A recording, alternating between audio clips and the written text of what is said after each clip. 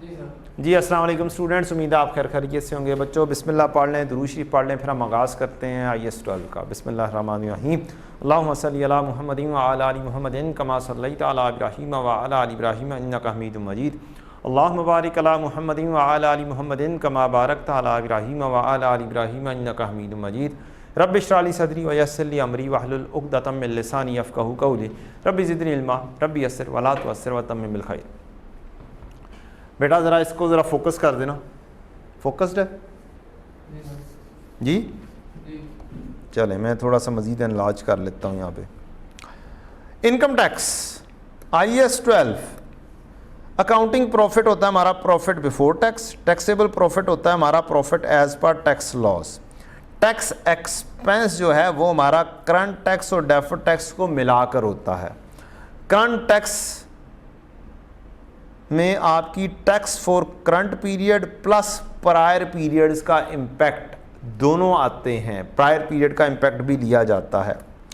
Deferred tax में tax for future periods generally ये होता है कि फ्यूचर में आपने टैक्स कितना देना है। टैक्स बेस जो है वो आपकी एसेट या liability as per tax laws जो CD होता है, कैरेट डाउन वैल्यू जो होती है उसको टैक्स बेस बोलते हैं। टेम्परेरी डिफरेंस आपकी carrying amount as per IFRS और एज पर टैक्स रूल्स जो टैक्स बेस है उन दोनों का डिफरेंस आपका टेम्परेरी डिफरेंस होगा। एक टाइमिंग डिफरेंस भी कहलाया जा सकता है। टाइमिंग डिफरेंस क्या चीज़ है? आप अगर अक्रूवल बेसिस पर चल रहे हैं और टैक्स वाले कैश बेसिस पर चल रहे हैं तो जो डिफरेंस होगा वो टाइमिंग डिफरेंस होगा due to timing of recording the expense और इनकम। टैक्सेबल टेम्परेरी डिफरेंस के लिए रूल बताया जाता है कि अगर एसेट में कैरिंग अमाउंट ज़्यादा होगी टैक्स बेस से तो आपका टैक्सेबल टेम्परेरी डिफरेंस आएगा, या फिर लायबिलिटी में कैरिंग अमाउंट कम होगी टैक्स बेस से तो आपका टैक्सेबल टेम्परेरी डिफरेंस क्रिएट होगा। डिडक्टेबल टेम्परेरी डिफरेंस के बारे में बताया जाता है कि अगर एसेट की कैरिंग अमाउंट कम होगी टैक्स बेस से तो ये डिडक्टेबल टेम्परेरी डिफरेंस आएगा, और लायबिलिटी में कैरिंग अमाउंट ज़्यादा होगी टैक्स बेस से तो आएगा। ये तो हो गए आपके नॉर्मल स्टैंडर्ड के रूल्स। अब आते हैं क्विक रूल्स ऑफ वसीम अकरम। ये मेरे अपने रूल्स बनाए हुए हैं, कैलकुलेटर पे ऐसे ही काम करेंगे। एसेट्स में अगर आप carrying amount minus tax base कर देंगे तो चूंकि ये डेबिट नेचर की आइटम्स है, डेबिट नेचर आइटम्स के लिए आप ये वाला काम करेंगे। जितनी भी डेबिट नेचर की आइटम है उनके लिए आप carrying amount minus tax base करेंगे। For example carrying amount tax base आपने लिखा है, आप टैक्सेबल टेम्परेरी डिफरेंस लेंगे, डिडक्टेबल टेम्परेरी डिफरेंस आपने नेगेटिव में लिखना है। अगर ये एसेट है, आपकी वैल्यू आ रही है 100, टैक्स बेस आ रहा है 80, तो आप कैरिंग अमाउंट में से टैक्स बेस निकालेंगे तो ये 20 जो आंसर आएगा ये खुद ब खुद टैक्सेबल टेम्परेरी डिफरेंस बन जाएगा। ऑन अदर हैंड आपकी एसेट की वैल्यू आ रही है 70 और टैक्स बेस है 80, अब भी आपने carrying amount minus tax base करना है। आपका आंसर जो आएगा वो आएगा 10, और 10 माइनस में आंसर आ रहा है तो चुप करके 70 माइनस 80 करेंगे तो -10, ये डिडक्टेबल टेम्परेरी डिफरेंस क्रिएट होगा। पेपर में हमारे पास टाइम होता है शॉर्ट, वहाँ पर अगर हमें इस तरीके का कोई शॉर्टकट मिल जाता है तो हमें ये वाले 4 रूल्स सोचने की ज़रूरत नहीं रहती है। हमने सिर्फ क्या करना है, कैलकुलेटर उठाना है और carrying amount minus tax base करना है। कहानी क्या हो जानी है, ख़त्म हो जानी है और आंसर बिल्कुल ठीक निकल कर आ जाएगा। अगर लायबिलिटीज़ हैं या क्रेडिट नेचर की आइटम है, credit nature like provision for doubtful debt, like accumulated depreciation, ये दोनों क्रेडिट नेचर हैं, और या फिर लायबिलिटीज़ कोई भी हो। यहाँ पर अगर आपकी 100 है और टैक्स वाले इसको नहीं मानते हैं, वो कहते हैं कि नहीं हमने नहीं मानना, तो अब यहाँ पर रूल उल्टा कर देना है आपने, कैलकुलेटर का रूल। टैक्स बेस में से कैरिंग अमाउंट माइनस करनी है, 0 में से 100 माइनस करेंगे, -100 आंसर आएगा। ये डिडक्टेबल टेम्परेरी डिफरेंस खुद ब खुद क्रिएट होगा। और अगर आपकी वैल्यू है एक्यूमुलेटेड डेप्रीसिएशन की से 80 और ये है 105, तो अब भी आपने क्या करना है, टैक्स बेस में से 80 निकालना है। ये 25 का क्या बन जाएगा, ये टैक्सेबल टेम्परेरी डिफरेंस खुद ब खुद बन जाएगा। प्लस में answer taxable temporary difference, minus में आंसर। अब आप अपने रूल्स के तहत, जो 4 रूल्स हैं, जितना दिमाग में सोचते हैं घर में बैठे हुए इस काम को कब परफॉर्म करने में, और अब जो मैंने लिखा है उसके मुताबिक अगर आप सोचेंगे तो आपका काम उम्मीद है थोड़ा बहुत जल्दी हो जाएगा। होप सो, करके देख लीजिएगा। जो भी आप क्वेश्चंस करें ये वाला रूल रख के चेक कीजिएगा और देखिएगा कि क्या आपका टाइम सोचने का थोड़ा सा कम हुआ है। अगर थोड़ा सा भी कम हुआ है तो then opt for these 2 rules instead of these 4 rules for the exam. Definitely ये तो याद आपने रखे ही हुए हैं। फिलॉसफी क्या है जी IAS 12 की? फिलॉसफी ये है कि जी हमारा प्रॉफिट 100 आता है, टैक्स एक्सपेंस 30 है, तो 70 का हमारा प्रॉफिट है। इस 70 के ऊपर हमारा टैक्स कैलकुलेट होना चाहिए, अगर कितना है, ठीक है, ये फिलॉसफी है। अब हम क्या करते हैं, हम करंट टैक्स की वर्किंग करते हैं। प्रॉफिट बिफोर टैक्स 100 है, अकाउंटिंग डेप्रीसिएशन 20 की, 25 का टैक्स अलाउंस या टैक्स डेप्रीसिएशन, मेरा टैक्सेबल प्रॉफिट 25 आया, मेरा 30% मैंने 95 का लगाया, 28.5 आया। अब जनरली अगर मैं 70 के ऊपर लगाऊं 30%, तो मेरा क्या बनना चाहिए, 70 के ऊपर नहीं, ये 30 हमने निकाल लिया हुआ है। जनरली मेरा क्या बनना चाहिए, 100 के ऊपर 30% लगाएं तो 30 बनना चाहिए। तो अब मैंने 30 बनाना है, 30 कैसे बनना है, अब मेरा आधा तो बन गया 28.5। अब मेरी PPE कॉस्ट 100 की अगर अब मैं अज्यूम करूं तो कैरिंग अमाउंट 100 में से 20 की डेप्रीसिएशन जो मैंने चार्ज की हुई है ये, तो मेरी 80 की कैरिंग अमाउंट बन जाएगी। टैक्स वालों के मुताबिक 100 में से मैंने 25 निकालने हैं, तो मेरी टैक्स बेस 75 बन जाएगी। टैक्सेबल टेम्परेरी डिफरेंस मेरा carrying amount minus tax base की अब 5 का आ गया।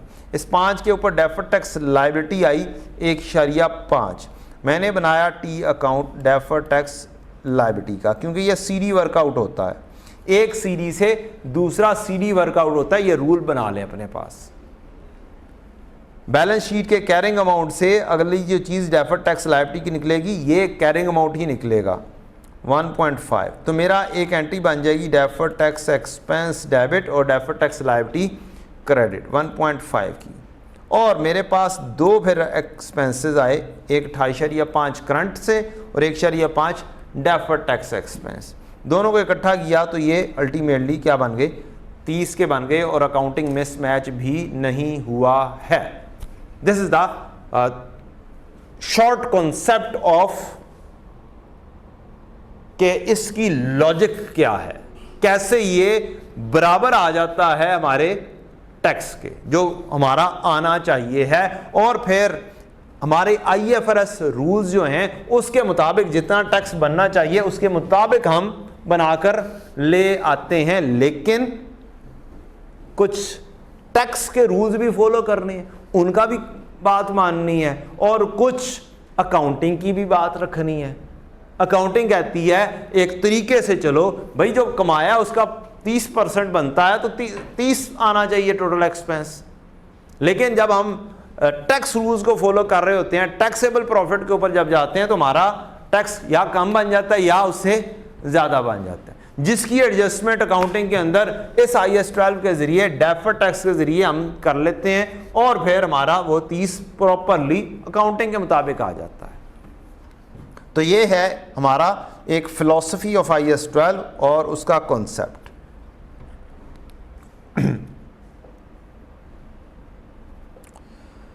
अच्छा जी, डेफर्ड टैक्स लायबिलिटी और एसेट। डेफर्ड टैक्स लायबिलिटी जो हम करते हैं, तमाम टैक्सेबल टेम्परेरी डिफरेंसेस के ऊपर आपकी लायबिलिटी क्रिएट होती है एज पर हमारी बैलेंस शीट अप्रोच, और यही हमें फॉलो करनी है। बैलेंस शीट अप्रोच ही फॉलो करनी है। एक प्रॉफिट एंड लॉस भी अप्रोच है, पहले ज़माने में वो अलाउ थी, फॉलो करना, प्रॉफिट एंड लॉस अप्रोच। अब अलाउ ही नहीं है, अब अलाउ ही नहीं है, आपको कैलकुलेशन करनी ही इसी तरीके से है जैसे मैंने अभी डिस्कस किया है कि आपको ये वाले कॉलम बनाने ही बनाने हैं।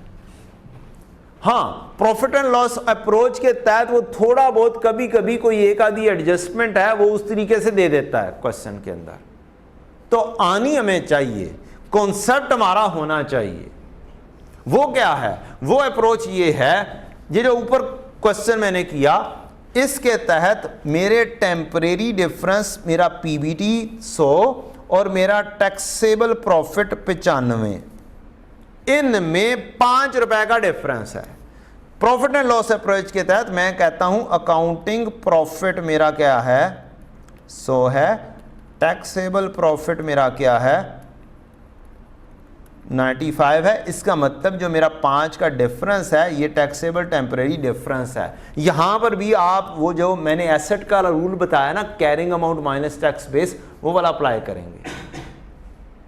मींस अकाउंटिंग में से टैक्स माइनस करेंगे, तो अगर पॉजिटिव में आंसर आएगा टैक्सेबल टेम्परेरी डिफरेंस, अगर नेगेटिव में आंसर आएगा डिडक्टेबल टेम्परेरी डिफरेंस क्रिएट होगा। अब टैक्सेबल टेम्परेरी डिफरेंस 5 का आया, इसके ऊपर रेट लगाएंगे तो आपका 1.5 आया। अब अगर प्रॉफिट एंड लॉस अप्रोच के तहत जाएंगे तो ये अब एक्सपेंस आया डायरेक्टली। सीडी के जरिए चलते हैं तो सीडी क्रिएट होता है, प्रॉफिट एंड लॉस के जरिए चलते हैं तो प्रॉफिट एंड लॉस की आइटम क्रिएट होती है। ये बस ध्यान में रखो।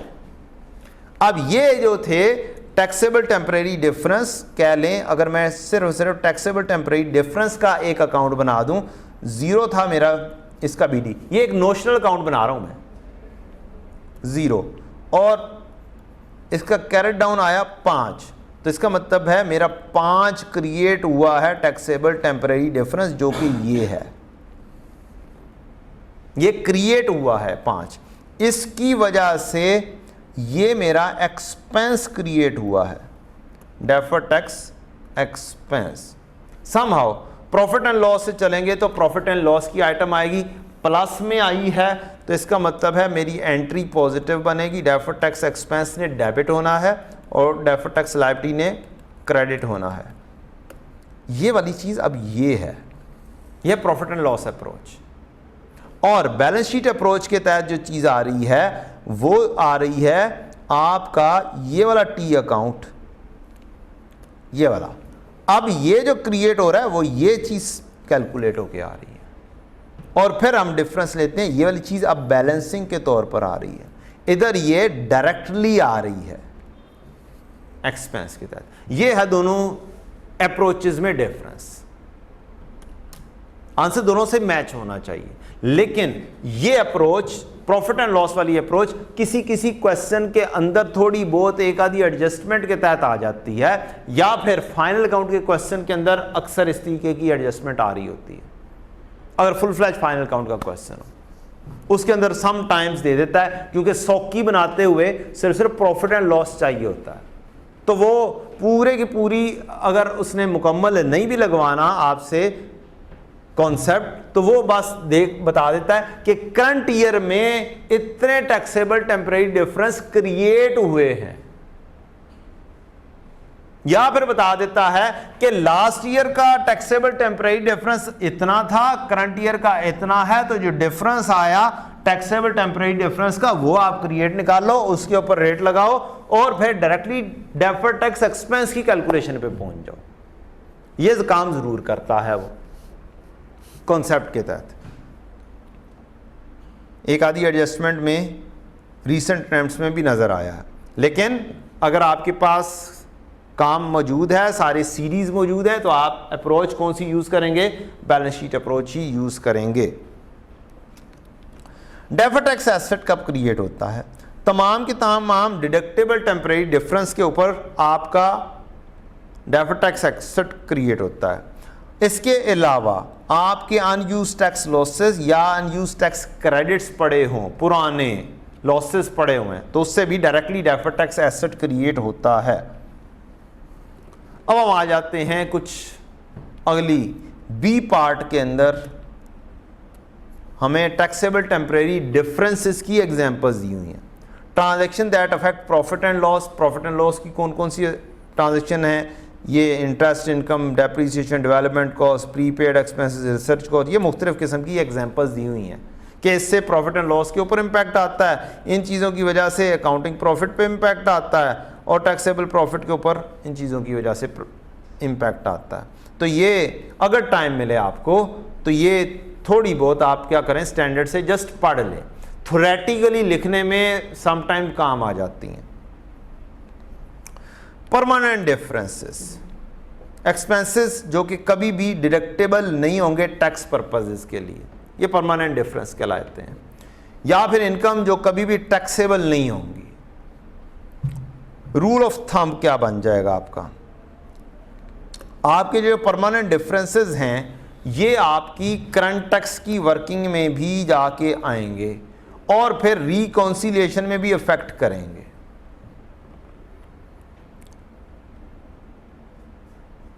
इसके अलावा इंपॉर्टेंट चीज़ ये है कि कोई डेफर्ड टैक्स परमानेंट डिफरेंसेस की वजह से क्रिएट नहीं होता है। इस केस में आप कैरिंग अमाउंट और टैक्स बेस इक्वल तस्वर करते हैं परमानेंट डिफरेंसेस के अंदर। ये वाला रूल भी आपको थ्योरेटिकली आंसर करने में भी मदद कर सकता है अगर कभी पूछ देता है। अगर कोई सिचुएशन परमानेंट डिफरेंसेस की दे देता है तो आप ये अल्फाज लिख सकते हैं कि इसके अंदर हम कैरिंग अमाउंट टैक्स बेस के बराबर रखते हैं।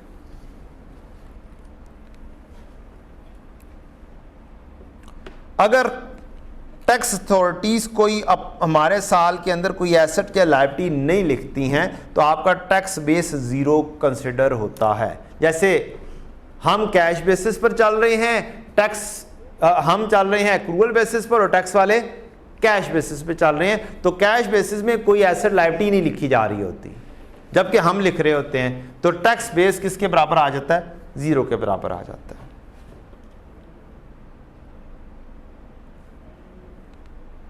अब हम आते हैं बच्चों जॉइंट समरी के ऊपर। किसके ऊपर, जॉइंट समरी आप से रिलेटेड। आपको टैक्सेशन का नोट दिया जाता है बनाने को। टैक्सेशन के नोट में आप फॉर्मेट बना लेते हैं कि मेरा करंट टैक्स आता है, मेरा करंट में प्रायर पीरियड भी आ सकते हैं। इसके अलावा डेफर्ड टैक्स भी आ सकता है due to origination and reversal of temporary difference of current year.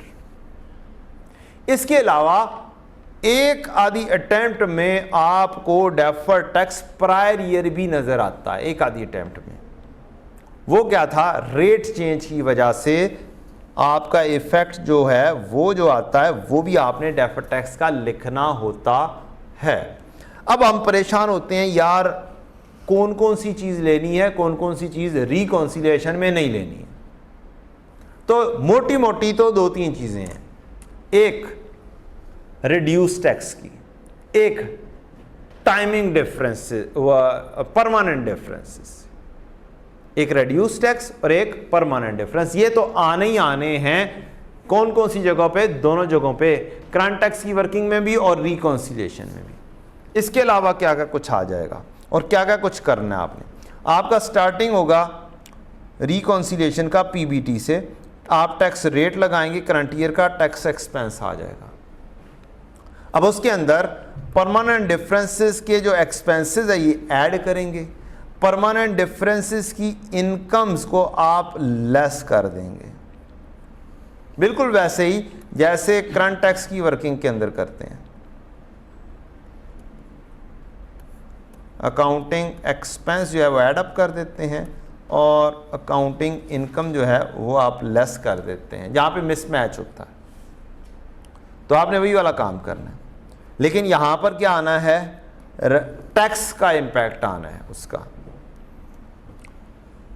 Low tax rate charge कर रहे हो, मसलन यहाँ पर हमारे करंट ईयर में 30% है टैक्स रेट, किसी आइटम के ऊपर हम 10% कर रहे हैं, तो उसको इनकम को मल्टीप्लाई कर देंगे उससे, आप तो लेस आप कर देंगे उसको। इफेक्ट ऑफ कोई आपने रिकॉर्ड नहीं की डेफर्ड टैक्स एक्सपेंस या डेफर्ड टैक्स लायबिलिटी या deferred tax asset unused tax losses के ऊपर due to non availability of profit, आपने पिछले साल के अंदर अगर रिकॉर्डिंग नहीं की, ये भी एक अटेम्प्ट में आपको नजर आती है। आपने पिछले साल डेफर्ड टैक्स एसेट रिकॉर्ड नहीं किया बिकॉज के फ्यूचर प्रॉफिट नजर नहीं आ रहे थे, लॉसेस आ गए थे। तो अब जो लॉसेस हैं वो इस साल में अगर एडजस्ट हो गए हैं टैक्सेबल प्रॉफिट में, तो इसका मतलब है हमने पिछले साल उसका इंपैक्ट रिकॉर्ड नहीं किया था, तो अब करंट ईयर में उसका डिफरेंस आ जाएगा, क्योंकि हमने पिछले साल में उसका इंपैक्ट रिकॉर्ड नहीं किया था। तो अब रिकॉन्सिलिएशन में जो उसका इंपैक्ट बनता है वो आप लॉसेस चूंकि लेस हो रहे हैं तो यहां पर भी आप लेस कर देंगे टैक्स का इंपैक्ट।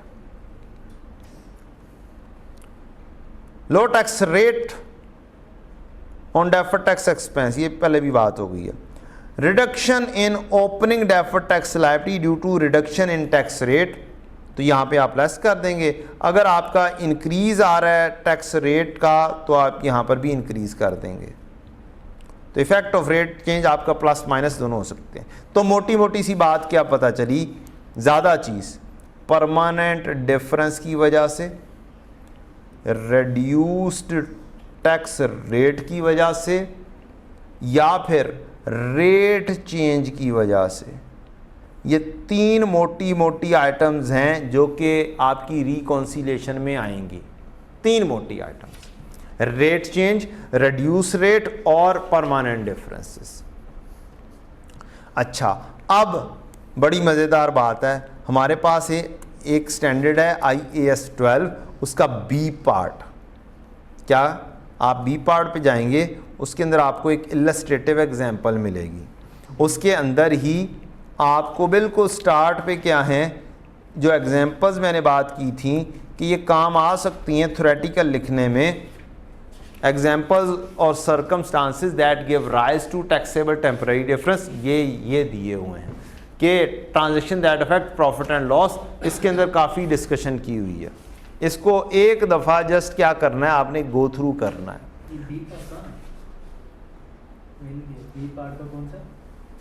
इलस्ट्रेटिव एग्जाम्पल नंबर 1 ही होगा, इलस्ट्रेटिव एग्जाम्पल है बी पार्ट के अंदर। ये थ्योरेटिकली लिखने में आपको कभी ना कभी किरदार अदा कर सकता है, सिर्फ एक दफ़ा पढ़ना है। क्या करना है, सिर्फ एक दफ़ा पढ़ना है। आपने ये वाली एग्जाम्पल एक दफ़ा पढ़ लेंगे, उम्मीद है कोई ना कोई फ़ायदा आपको शायद हो जाएगा। अच्छा जी, ये तीन चीज़ों तक ये example of circumstances with the carrying amount of the asset और liability is equal to its tax base, इसमें वो परमानेंट डिफरेंसेस की बात की हुई है जो आपके साथ मैंने डिस्कस किया था। Accrued expenses will never be deductible for tax purposes, mean permanent difference. ये वो एग्जाम्पल है।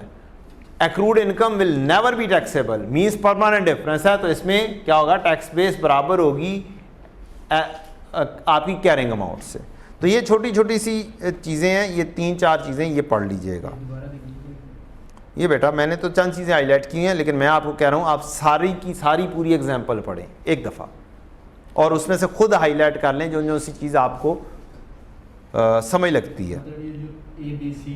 जी ABC के नाम से जो आ रही है, just one time you have to go through, just one time, और ज़्यादा दफ़ा नहीं। ये आपको कोई ना कोई चीज़ लिखने में किरदार अदा कर सकती है थ्योरेटिकली, अगर क्वेश्चन आ जाता है थ्योरेटिकली तो।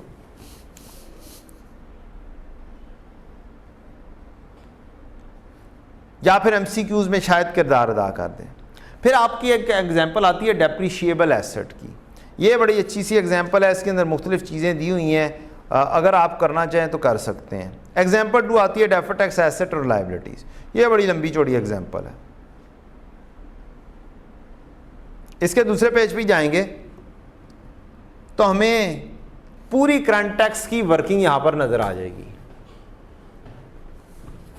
अकाउंटिंग प्रॉफिट से शुरू होना है, ऐड होना है depreciation, accounting purpose, charitable donation add होनी है, फाइन ऑफ एनवायरनमेंट है, प्रोडक्ट डेवलपमेंट है, हेल्थ केयर बेनिफिट्स वगैरह ये लेस हुए, कुछ चीज़ें ऐड हुई, कोई चीज़ें, ये सारी चीज़ें ऐड हुई, लेस होना है depreciation, tax purpose, taxable profit पे पहुंच गए।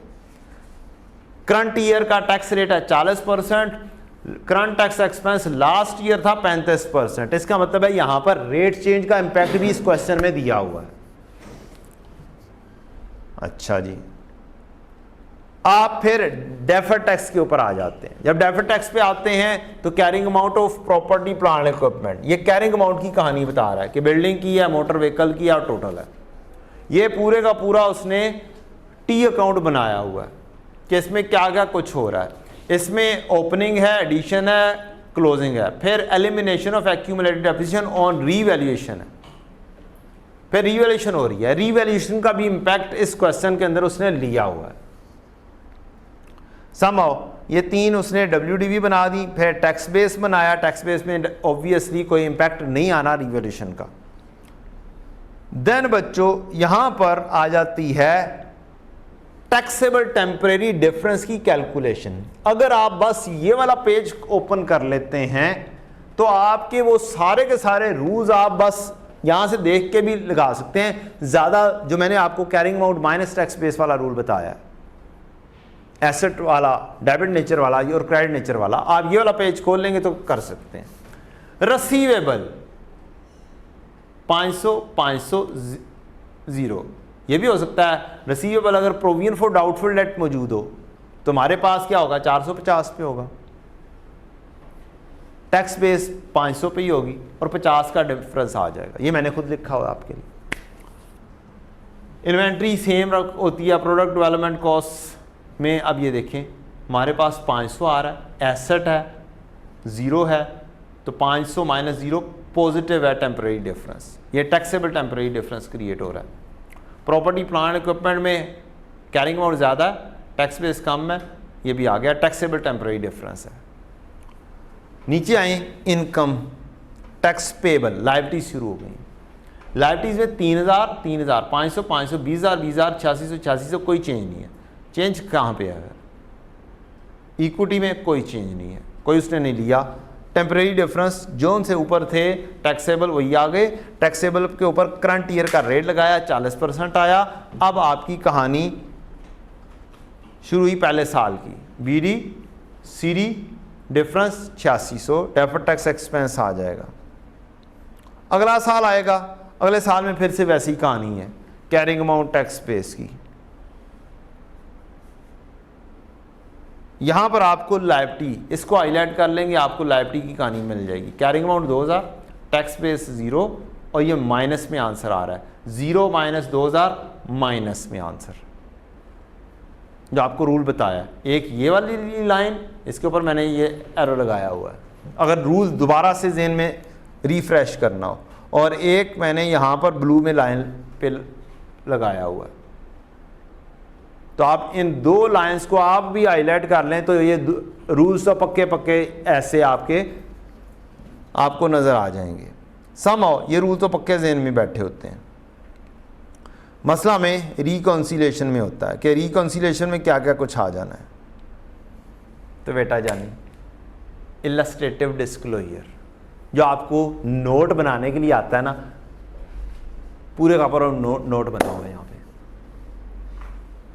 पूरे का पूरा नोट आपका यहाँ पे बना हुआ है। चुप करके ये ओपन करो और लिख दो। Yes, illustrative disclosure. उस एग्जांपल के बाद current tax expense, deferred tax expense relating to originated and reversal of temporary difference, ये करंट ईयर की कहानी। डेफर्ड टैक्स एक्सपेंस या इनकम रिजल्टिंग फ्रॉम रिडक्शन और increase in tax rate. Tax rate को अलहदा से प्रेजेंट करना है, मिक्स नहीं करना। स्टैंडर्ड ये कह रहा है। हम लोग क्या करते हैं, अक्सर औकात हम मिक्स कर देते हैं, इकट्ठा लिख देते हैं। उसको स्टैंडर्ड कहता है अलहदा से प्रेजेंट करो। बहुत सारे स्टूडेंट्स इनको इकट्ठा लिखते हैं। बहुत सारे स्टूडेंट्स इकट्ठा क्यों लिखते हैं, समझ तो गए ही होंगे आप, तो मैंने नहीं बताना क्यों लिखते हैं। लिखते हैं बस, राज की बात है, तो समझ तो गए होंगे। स्टैंडर्ड कहता है अलग अलग लिखो। टैक्स रेट की वजह से जो डिफरेंस है उसको क्या करो, अलग से लिखो। अच्छा जी, अब स्टैंडर्ड कहता है कि डेफर्ड टैक्स आपको बताना है अगर कोई आइटम ओसीआई की आती है। ओसीआई की एग्जांपल कौन सी आती है बेटा? दो एग्जांपल्स आपको मिलती हैं ओसीआई की, एक रिवैल्यूएशन सरप्लस और एक ये फेयर वैल्यू थ्रू ओसीआई की कहानी। किसकी? Fair value through OCI, fair value reserve create होना आईएफआरएस 9 में। तो ये दो कहानियां आपको टेस्ट कर सकती हैं। स्टैंडर्ड कहता है कि आपने डेफर्ड टैक्स लायबिलिटी बनाई। क्या बनाया? Deferred tax liability. आपका बीडी आ रहा था से 300, आपने सीडी बनाना है से ये 400। ये आएगा आपकी पूरी वर्किंग के जरिए। Carrying amount, tax base, taxable temporary difference, oblique deductible temporary difference, इसके ऊपर आपने रेट लगाया तो डेफर्ड टैक्स की लायबिलिटी और डेफर्ड टैक्स का एसेट। तो ये 400 आ गया यहां से क्रिएट हो गया। अब स्टैंडर्ड कहता है कि अगर आपका रीवैल्यूएशन सरप्लस क्रिएट हुआ है, आपने रीवैल्यू किया है, asset debit revaluation surplus credit की कोई एंट्री पास की है करंट ईयर में। क्या पास की है? एसेट डेबिट रीवैल्यूएशन सरप्लस से आपका एसेट आ रहा था, कैरिंग अमाउंट उसकी थी 80 और रीवैल्यूड अमाउंट हो गई 150। इसका मतलब है 70 का क्या आया आपका रिवैल्यूएशन सरप्लस। तो ये जो 70 का रिवैल्यूएशन सरप्लस आपका आया ना, पीपीई डेबिट और रिवैल्यूएशन सरप्लस क्रेडिट, स्टैंडर्ड कहता है इसका जो डेफर्ड टैक्स का हिस्सा है ना, वो फौरी तौर पे रिकॉर्ड करो और अलग से करके रिकॉर्ड करो। और अगर ये प्रेजेंट किया गया है ना, तो इसकी प्रेजेंटेशन जो रिवैल्यूएशन सरप्लस के जरिए क्रिएट हो रहा है, ओसीआई में प्रेजेंट हो रही है, तो इसकी प्रेजेंटेशन भी ओसीआई में करो, अलग से प्रेजेंट करो इसको। रिवैल्यूएशन सरप्लस एक एंट्री बनाओ, रिवैल्यूएशन सरप्लस डेबिट और डेफर्ड टैक्स लायबिलिटी क्रेडिट। एक तरीका कार ये है, एक पहला इकट्ठा ही एंट्री पास कर दो। कितना से 30% बनाए जरा, 7 या 21 एंट्री हो जाएगी रिवैल्यूएशन सरप्लस डेबिट और डेफर्ड टैक्स लायबिलिटी क्रेडिट। ये रिवैल्यूएशन सरप्लस की वजह से आ गई। और बाकी का आपका डेफर्ड टैक्स का एक्सपेंस क्रिएट हुआ, वो डिफरेंस लें तो वो बनता है 79। ठीक, तो अब ऐसे भी कर सकते हैं, एक एंट्री ऐसे भी पास कर सकते हैं कि पीपीई डेबिट 70 से हो गया, रिवैल्यूएशन सरप्लस को दोनों का नेट ऑफ करके कर दो और डेफर्ड टैक्स लायबिलिटी पहले से ही लिख दो 21 और बाकी का कितना बन गया 49। हाँ जी, ये भी नेट करके 49 पे आ गया। तो ये दो तरीके कार हैं कि पहले पूरे के साथ कर दो फिर 21 ट्रांसफर कर दो। बहरहाल स्टैंडर्ड कहता है ये लेकर आओ, अलग से वर्किंग करो। ये आपका जाएगा प्रॉफिट एंड लॉस में, इसकी प्रेजेंटेशन होगी और इसकी प्रेजेंटेशन होगी ओसीआई के अंदर। ये स्टैंडर्ड कह रहा है income tax relating to components of other comprehensive income, deferred tax relating to revaluation of building, या फिर deferred tax related to fair value through OCI. इसको अलग से कहां पे प्रेजेंट करना है? ओसीआई के अंदर प्रेजेंट करना है, या अलग से बताना है कि ओसीआई के अंदर इतना, उससे रिलेटेड इनकम टैक्स इतना है। ये भी डिस्क्लोजर है। फिर उससे आगे चलोगे ना तो आपको ये वंस अगेन क्या मिल रहा है? आपका पूरे का पूरा अकाउंटिंग का जो करंट टैक्स एक्सपेंस की वर्किंग है ना, वो सारी की सारी आपको मिल रही है। अकाउंटिंग प्रॉफिट ही आया, tax rate applicable eight the rate of 35%, ये पिछले साल था, करंट ईयर में बढ़ गया 40% पे था। इसका मतलब है कि इसके अंदर रेट चेंज का इफेक्ट भी आ रहा है। Tax effect of expense that are not deductible in determining the taxable profit means add up करने, charitable donation, fine and environmental policies. Not deductible means permanent differences, ये परमानेंट डिफरेंसेस की बात की जा रही है। तो डोनेशन, चैरिटेबल डोनेशन है, फाइन्स एंड पेनल्टीज है, एक आपका एक्सपेंस है शायद और एक इनकम। चैरिटेबल डोनेशन, अच्छा। Reduction in opening deferred tax resulting from reduction in tax rate, आपका रिड्यूस हुआ है। यहां पर आप ऐसे वर्कआउट करते हैं कि अगर आपका पुराना रेट 35% है, नया रेट 40% के हिसाब से है, तो ये अब इंक्रीज आई है, तो जो सी ओपनिंग लायबिलिटी होती है उसको बढ़ा दो रेट चेंज की वजह से। अब रेट बढ़ रहा है इस वजह से 35 से 40 पर लेकर जाना है, तो 335 के हिसाब से है, तो आप कहते हैं 300 तकसीम 35, 5 मजीद बढ़ा दो, ये है इंक्रीज। अगर रेट 35 से कम होकर 30% क्या नाम है, कोई और ले लेते हैं, 28% पर फॉल किया है, 7% डाउन हुआ है, तो फिर आप यहां पर आ जाते हैं और कहते हैं 300 तकसीम 35 पे था और मुझे 7% मजीद डाउन करना है, तो आप वर्किंग ये बना लेते हैं, ये इंक्रीज की वर्किंग है और ये डिक्रीज ऑफ रेट की वर्किंग है। और जो सा भी इम्पैक्ट होगा वो आपने अलहदा से रिकॉन्सिलिएशन में लेकर आना है। डिक्रीज होगा तो डिक्रीज कर देंगे, इंक्रीज होगा तो हम इंक्रीज कर लेंगे। कहां से पता चल जाएगा यार, ये लिखो ना, ये लिखा हुआ है reduction in opening deferred tax resulting from reduction in tax rate. घट होएगा तो घटा देना है, वध हो रहेगा तो बढ़ा देना है, ऐसे लिखे आया है, ठीक है। और ये हेडिंग दी है रिकंसिलिएशन की।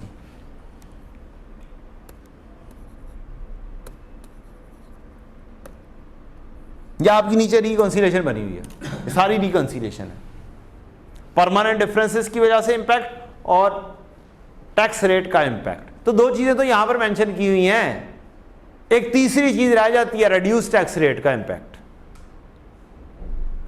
मेजरली जो चीजें डिस्कस होती हैं, तो ये चीजें जब आपके सामने मौजूद हैं तो फिर आपको क्या मसला है यार, और क्या कर सकता हूं मैं इससे ज्यादा। अच्छा, अगली चीज आपको कह सकता है जनाब आप प्रेजेंटेशन दें परसेंटेजेस में, रिकंसिलिएशन बनाएं परसेंटेजेस में। तो जो सी आपने रिकंसिलिएशन मैनुअली बनाई होगी, जो बनानी है उसी को परसेंटेजेस के अंदर कन्वर्ट करें। मींस इसको 100% लें, 3510 तकसीम प्रॉफिट 0.4 आएगा, आप 0.4 से स्टार्ट करेंगे, फिर 200 तकसीम 8775 करेंगे 0.02, ये ऐड हो रहा है तो ये भी ऐड करेंगे, फिर 280 तकसीम 8775 प्रॉफिट के ऊपर, और 3990 डिवाइड बाई 8775, तो ये 0.4 से चलता चलता 0.45 के ऊपर पहुंच जाएगा। 3990 डिवाइड बाई 8775 0.4547 पे पहुंच जाएगा। तो ऐसे ऐसे करते करते करते करते आप इसके ऊपर पहुंच जाएंगे, और यही चीज़ आपने प्रेजेंटेशन करनी है। यहाँ पर 40% से आप शुरू हुए, सेम वही वाले लाइन आइटम्स आएंगे और आप प्रेजेंटेशन दे देंगे।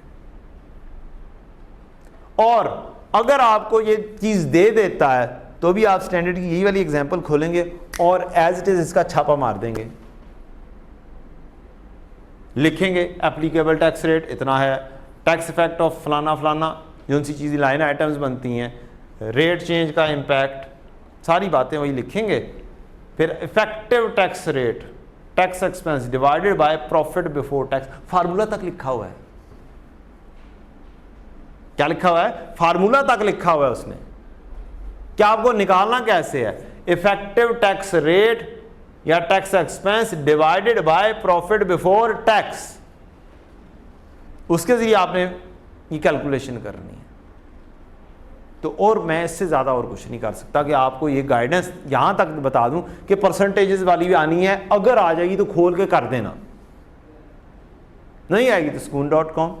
सर के ऊपर बोझ कोई नहीं है कि जनाब हमें नहीं आता, अगर आ जाएगा तो क्या होगा, सिर्फ इतनी सी कहानी है।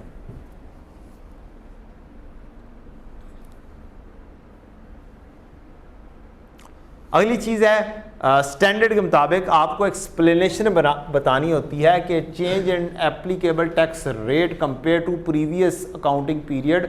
ये आपको एक्सप्लेनेशन देनी होती है कि जनाब किस वजह से रेट डिक्रीज हुआ है, कौन सी जगह पे रेट डिक्रीज हुआ है? हमारे यहाँ पर एक ही रेट है, बाहर बहुत सारे रेट्स एप्लीकेबल होते हैं। प्रोविंशियल रेट है, ओवरऑल रेट है, क्या है क्या नहीं है, जिसकी वजह से वो सारे इकट्ठे होते हैं तो टैक्स रेट बन रहा होता है। तो उसमें बताया गवर्नमेंट ने enacted a change in the national income tax rate किया है फ्रॉम दिस टू दिस, 35% से 30% पर। ये उसकी रीज़न है, तो आप उसकी रीज़न भी बताएंगे। लें जनाब, ये आपका IAS क्या हो गया, 12 की समरी डिस्कस हो गई, और उससे रिलेटेड कहानी के नकल कहाँ से लगा सकते हैं आप, और रिकन्सिलिएशन कहाँ पर मौजूद है, उसका तरीकाकार कहाँ पर मौजूद है। अब पेपर में क्वेश्चन को उठाना कैसे है, उसकी कहानी आपने कोशिश ये करनी है कि अपने लेफ्ट पेज पे क्वेश्चन स्टार्ट करें।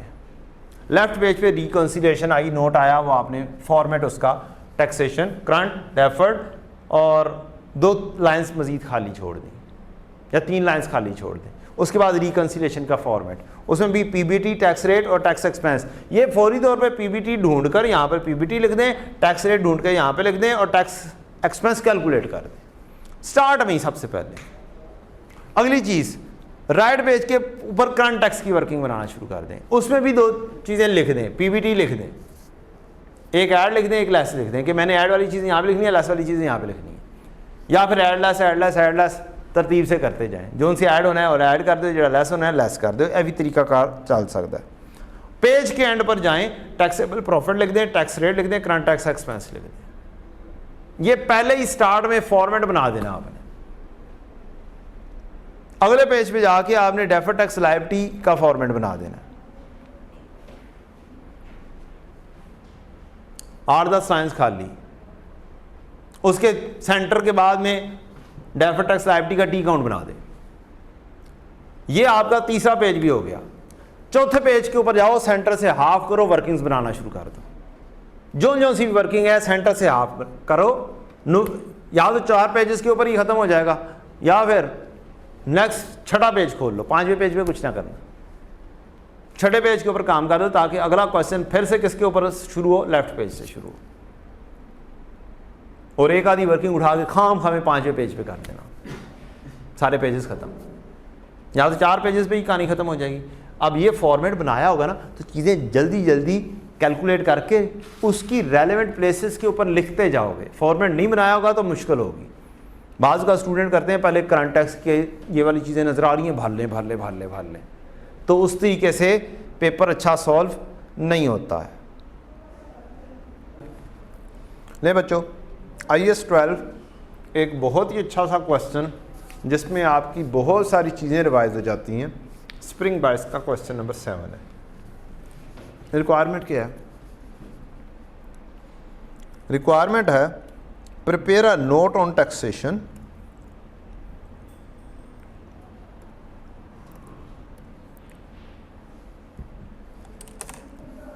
For inclusion in financial statement for the year ended 31 December 21 and reconciliation to explain the relationship between tax expense and accounting profit. पहली रिक्वायरमेंट 10 मार्क्स की। B part, compute deferred tax liability और asset in respect of each temporary difference, हर एक का temporary difference. जब ये each कहता है ना, जब भी ये ईच कहता है तो अक्सर औकात आपका लो टैक्स रेट उसके अंदर मौजूद होता है कि किसी न किसी आइटम के ऊपर नॉर्मल टैक्स रेट से कम रेट लग रहा है। चलें जी, शुरू करते हैं। क्वेश्चन में है क्या जी? 1 साल का ही है, 1 साल का ही काम है। 31 दिसंबर 21 हमारा काम है। अच्छा जी, question, following information has been gathered for preparing the disclosure relating to taxation of Surprise Limited for the year ended 31 December 21। आपने करना क्या है? आपने सबसे पहला काम करना है फॉर्मेट बनाना है। फॉर्मेट आपने बना लिया, कौन कौन सी चीज़ें आपने लिख ली। आपने अपने लेफ्ट पेज के ऊपर आए, आपने कहा नोट, टैक्सेशन का note, current tax, deferred tax, 2-3 lines खाली total, reconciliation, PBT, tax rate, tax expense, नीचे जगह खाली, राइट पेज के ऊपर करंट टैक्स की working, PBT, add something, less something, taxable profit, tax rate और टैक्स एक्सपेंस। ये आपने फॉर्मेट बनाया। फॉर्मेट बनाने के बाद आपने साथ साथ पढ़ते जाना है, साथ साथ चीज़ों को लिखते जाना है। अच्छा जी, accounting profit before tax for the year ended 130 million. अब ये 130 मिलियन आपकी रिकन्सिलेशन में भी आके लिखा जाना है और करंट टैक्स एक्सपेंस की वर्किंग में भी लिखा जाना है। आपने पढ़ा और ये 130 दो जगहों पे फिट इन कर दिया। कहाँ पे फिट इन हो गया? ये करंट टैक्स की वर्किंग में रिकन्सिलेशन में हो गया और यहाँ पर हो गया।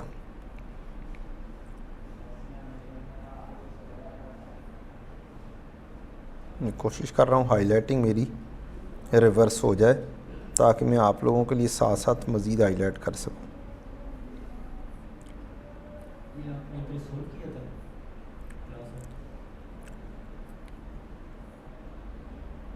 चलें जी, आपने 130 मिलियन यहाँ पर लिख दिया और आपने 130 यहाँ पर भी लिख दिया। आपने क्वेश्चन पढ़ा, फॉर्मेट बनाया, फॉर्मेट के अंदर फेंक दिया। अब आप आगे बढ़े। आपको एक एक एडजस्टमेंट डील करनी होती है।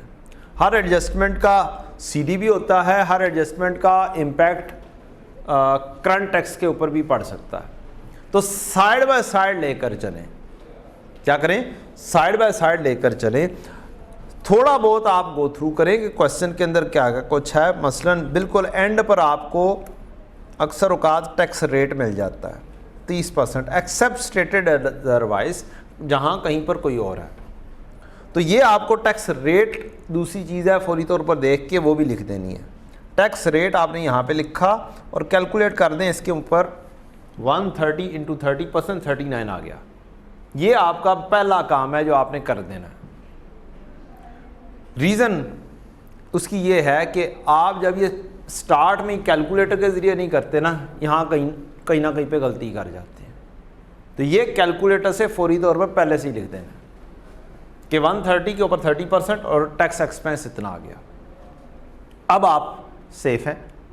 अब आप क्वेश्चन करते जाएंगे और डील करते चले जाएंगे। आपकी अब जस्ट एडजस्टमेंट्स रह गई हैं। सारी एडजस्टमेंट्स अब आपने करनी है। आसान एडजस्टमेंट पहले, मुश्किल एडजस्टमेंट बाद में। क्या करना है? आसान एडजस्टमेंट पहले, मुश्किल एडजस्टमेंट बाद में। आपने हल्का सा गो थ्रू करना है कौन कौन सी एडजस्टमेंट है। पहली एडजस्टमेंट अकाउंटिंग प्रॉफिट चला गया, tax depreciation exceed accounting depreciation. सबसे आसान एडजस्टमेंट अक्सर होती है अकाउंटिंग प्रॉफिट की, लेकिन वर्किंग समटाइम ज़्यादा करनी पड़ जाती है। Interest income exceed interest received, out of total relation इतने मिलियन टैक्सेबल है। डेवलपमेंट कॉस्ट इतनी है और has been expensed out under development cost की कहानी, CWIP की कहानी, on 1 January acquired share in Funny Limited या IFRS 9 की कहानी। Deferred tax liability asset in respect of temporary difference of SL as at 31 December 2020 पिछले साल के एंड पर was as follows. Property plant equipment की वजह से इतना डेफर्ड टैक्स लायबिलिटी दी हुई है, टैक्सेबल टेम्परेरी डिफरेंस नहीं दिया हुआ। डेफर्ड टैक्स लायबिलिटी दी हुई है PPE की, इंटरेस्ट रिसीवेबल की, अनअर्न्ड कमीशन की और टोटल ये हो गया। यहां से आपको रिवर्स बैक जाना होगा, पिछले साल की वर्किंग करनी होगी और आपको टैक्सेबल टेम्परेरी डिफरेंस पर पहुंचना होगा और फिर वहां से PPE का बैलेंस हो सकता है आप निकाल पाएं और बाकी चीज़ों का आप बैलेंस निकाल पाएं, हो सकता है। लेकिन ये वाला काम ऐसी बात का है, ओपनिंग निकालने के लिए होगा। माइट भी ज़रूरत पड़ जाए हमें पहले से ही कि हम जब टैक्स बेस निकाल रहे हो तब हमें इसकी ज़रूरत पड़े। तो जब हम एडजस्टमेंट पढ़ेंगे 3 चीज़ों से रिलेटेड अगर हमें ज़रूरत पड़ेगी तो हम इस वर्किंग को परफॉर्म कर लेंगे पिछले साल की। Deferred tax liability asset in respect of temporary differences, हो सकता है कोई और भी छुपा हुआ हो, ये पूरे के पूरी ना हो।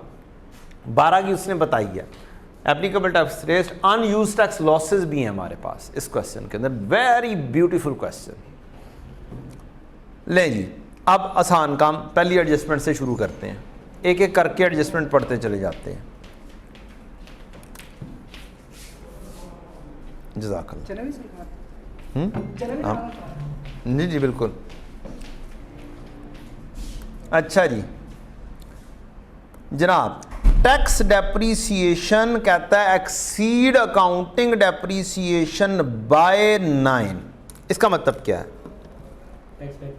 इसका मतलब है टैक्स की डेप्रीसिएशन ज़्यादा है अकाउंटिंग की डेप्रीसिएशन से 9 से। अब अगर मेरी अकाउंटिंग की डेप्रीसिएशन है 100 तो टैक्स डेप्रीसिएशन है 109। अगर ये 0 है तो ये 9 है। So simple. आप बेशक 0 9 लेकर चल जाएं, आप बेशक 100 और 109 लेकर चल लें, कोई फर्क नहीं, कोई फर्क नहीं है। ठीक, 0 9 भी ले सकते हैं, 100 और 109 भी ले सकते हैं, नो टेंशन। ये आपको इंफॉर्मेशन फौरी तौर पर दे दी गई है कहाँ की? यह आपको दे दी गई है अकाउंटिंग के जो आपने एडजस्टमेंट करनी है ना करंट टैक्स एक्सपेंस में, करंट टैक्स की वर्किंग के अंदर, उसकी इंफॉर्मेशन फौरी तौर पर अवेलेबल है। ये फौरी तौर पर लिखने का फायदा भी हो सकता है और नहीं भी। आगे बढ़ते हैं। आगे कहता है and revaluation loss recognise against revaluation surplus is 6 million. Revaluation loss recognise against revaluation surplus is 6 million. हमने लॉस लिखा है, रिवैल्यूएशन लॉस लिखा हुआ है, मींस प्रॉफिट एंड लॉस के अंदर एक रिवैल्यूएशन लॉस आ रहा है 6 मिलियन जो हमने लिख लिया हुआ है अगेंस्ट रिवैल्यूएशन सरप्लस। पुराना रिवैल्यूएशन सरप्लस कोई पढ़ा होगा उसके against. Under the tax law revaluation has no effect. Tax law के मुताबिक रिवैल्यूएशन का कोई इंपैक्ट है ही नहीं। इसका मतलब है ये प्रॉफिट एंड लॉस भी एक्सपेंस था, ये एड बैक कर लेंगे। अच्छा समझाओ, अब इसकी मुकम्मल एडजस्टमेंट करने के लिए हमारे पास पिछले साल की कहानी भी होनी चाहिए ताकि हम इस साल की कहानी भी बना पाएं। क्योंकि हमारे पास अकाउंटिंग की डेप्रीसिएशन आ गई, टैक्स की डेप्रीसिएशन आ गई, हमें रिवर्स बैक वर्किंग करना पड़ेगी, अपनी टैक्स बेस निकालना पड़ेगी, अपनी कैरिंग अमाउंट निकालना पड़ेगी, वो कोई ना कोई वैल्यू एज्यूम करना पड़ेगी। तो वो जो हमारे पास इंफॉर्मेशन है नीचे ये वाली, उसके अंदर पीपीई मौजूद है कि इतनी लायबिलिटी है, रेट हमारे पास मौजूद है। हम पूरी की पूरी वर्किंग बनाएंगे, carrying amount, tax base, taxable temporary difference, rate और डेफर्ड टैक्स लायबिलिटी, 5 कॉलम की पिछले साल की वर्किंग बना देंगे ताकि हम रिवर्स बैक चल सके। 18, 3 और 9 इनका काम तो हम कर सकते हैं, ये तो फ्रंट के ऊपर मौजूद है। तो हम क्या करेंगे, हम भागे भागे जाएंगे और लास्ट ईयर की वर्किंग बना देंगे। ये हमारे पास है लास्ट ईयर की वर्किंग। हमारे पास रेट्स गिवन है और हम पहुंचेंगे उन रेट से रिवर्स बैक जाते हुए। हमारी carrying amount, tax base, taxable temporary difference available नहीं है। कौन सी चीज़ अवेलेबल है हमारे पास? एक चीज़ ये वाली अवेलेबल है, डेफर्ड टैक्स लायबिलिटी या एसेट, और एक है हमारे पास टैक्स का रेट। हमें पता है कि हम इसको इससे मल्टीप्लाई करते हैं तो ये वाली वैल्यू आती है, जब हम इसको इससे डिवाइड करेंगे तो ये वाली वैल्यू आ जाएगी।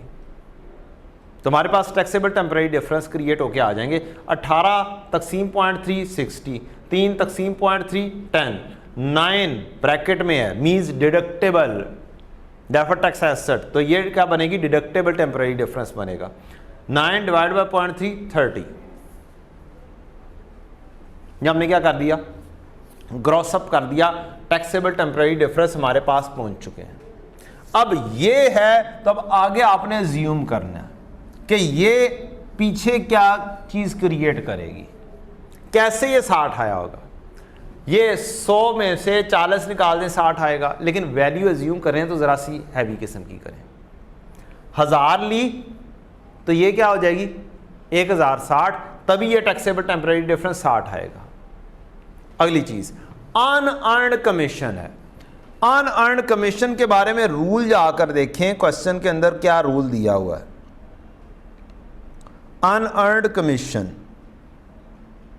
Commission, interest income exceed tax while commission receipt exceed commission income by 15 under the tax law both taxable on receipt basis. मुझे कमीशन मिल गई कि ये रसीट बेसिस के ऊपर होती है, इसका मतलब है मेरी जो अकाउंटिंग है वो एक्रूअल बेसिस पर है और जो टैक्स वाले हैं वो रसीट बेसिस पर चलते हैं। टैक्स बेसिस जब भी फ़र्क होती है हमारे से, वो टैक्स बेस ज़ीरो कहला जाती है जब वो कैश बेसिस पे चल रहे हो। तो यहाँ से मुझे पता चला कैश बेस के मुताबिक इसने कैरिंग अमाउंट ने आना है 0। तो जो मेरा डिफरेंस 30 क्रिएट हुआ है, मैंने आपको बताया था लायबिलिटी के केस के अंदर आप लोग क्या किया करें, tax base minus carrying amount किया करें। जब आप tax base minus carrying amount करेंगे या क्रेडिट नेचर के ऊपर, तो 0 माइनस 30 करें तो ये माइनस 30 बनता है। तो यहां से पता चला ये 0 होगा और ये 30 पॉजिटिव में होगा। तो ये मुझे लायबिलिटी का बैलेंस मिल गया। ये मेरे पास इंटरेस्ट रिसीवेबल, इंटरेस्ट की कहानी क्या है, इंटरेस्ट भी गालबन किसके ऊपर चलता है, इंटरेस्ट भी यहां पर ही गिवन किया हुआ है इसी एडजस्टमेंट में। तो ये आपको यहां से पता चला कि रूल क्या है। रूल देखोगे तो आगे चल सकते हो। तो रूल देखा, रूल था टैक्स वाले रिसीट बेसिस पे चलते हैं, हमारी डेफिनेटली एक्रूअल बेसिस है, तो डिफरेंसेस है दोनों में टैक्स बेस निल होगी, यहां पर भी और यहां पर भी। एक एसेट है एक लायबिलिटी है। एसेट में rule carrying amount minus tax base, तो ये 10 पॉजिटिव में आएगा, यहां पे 10 आ जाएगा। लायबिलिटी के केस में tax base minus carrying amount, ये माइनस 30 है, तो 0, ये तो हमें फाइंड हो गया 0, तो ये पॉजिटिव में 30 आ गया। ये लायबिलिटी है, ये एसेट है, और ये हमारे पास क्रिएट होके आ चुका हुआ है। अनयूज्ड टैक्स लॉसेस की कहानी बाद में करेंगे। मींस उसने जो सा डाटा दिया हुआ है, हमने इससे जस्ट ये ओपनिंग बनाने थे, हमने ये ओपनिंग बना के रख ली है बस, आगे हमने कुछ भी नहीं किया। तो ये ओपनिंग 1060, इन ओपनिंग्स को लेके आगे हम कहानी को चलाएंगे और टी अकाउंट के अंदर फेंकेंगे, पीपीई बनाएंगे हम। अब पीपीई जो सी बात वो करता जाएगा ना, हमने वो वाली बात लिखते चले जाना है। लें जी, हमने ओपनिंग बना लिया 1060 और 1000, पीपीई टैक्स बेस टैक्स के मुताबिक और पीपीई आईएफआरएस के मुताबिक। मैंने ये 1060 लिख लिया, मैंने ये 1000 लिख लिया। अब मैंने यहां पर कोई भी डेप्रीसिएशन अज्यूम कर लेनी है। 100 और 109 अज्यूम करूंगा तो मैं करंट टैक्स की वर्किंग में 100 और 109 लिखूंगा। 0 और 9 लिखूंगा तो मैं करंट टैक्स की वर्किंग में भी 0 और 9 लिखूंगा। जो सी अजम्पशन होगी उसी के मुताबिक हम चलेंगे। तो आसान तरीका किया, हमने 0 और 9 अज्यूम कर लिया, हमने ये दोनों लिख दिए, दो एंट्रीज पास कर दी। साथ ही मुझे रिवैल्यूएशन सरप्लस की कहानी भी बताई थी उसने। कहता है रिवैल्यूएशन सरप्लस में and a revaluation loss recognise against revaluation surplus is 6 million, हमने लॉस लिखा है। तो लॉस की एंट्री क्या होती है वाला? लॉस की एंट्री होती है पीपीई क्रेडिट होता है, रिवैल्यूएशन सरप्लस और प्रॉफिट एंड लॉस क्रेडिट हो रहे होते हैं, डेबिट हो रहे होते हैं। अब पुराना मेरा रिवैल्यूएशन सरप्लस क्या हुआ है अगेंस्ट रिवैल्यूएशन सरप्लस, पुराना सरप्लस था, अब मुझे लॉस आया है, तो लॉस तो तब ही लिखा जाएगा जब सरप्लस खत्म हो चुका होगा।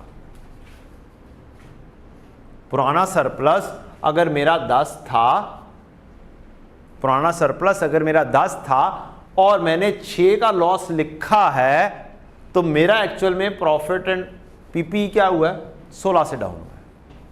लॉस तब लिखा जाएगा जब मेरा एसेट डाउन होगा, अच्छा खासा डाउन होगा।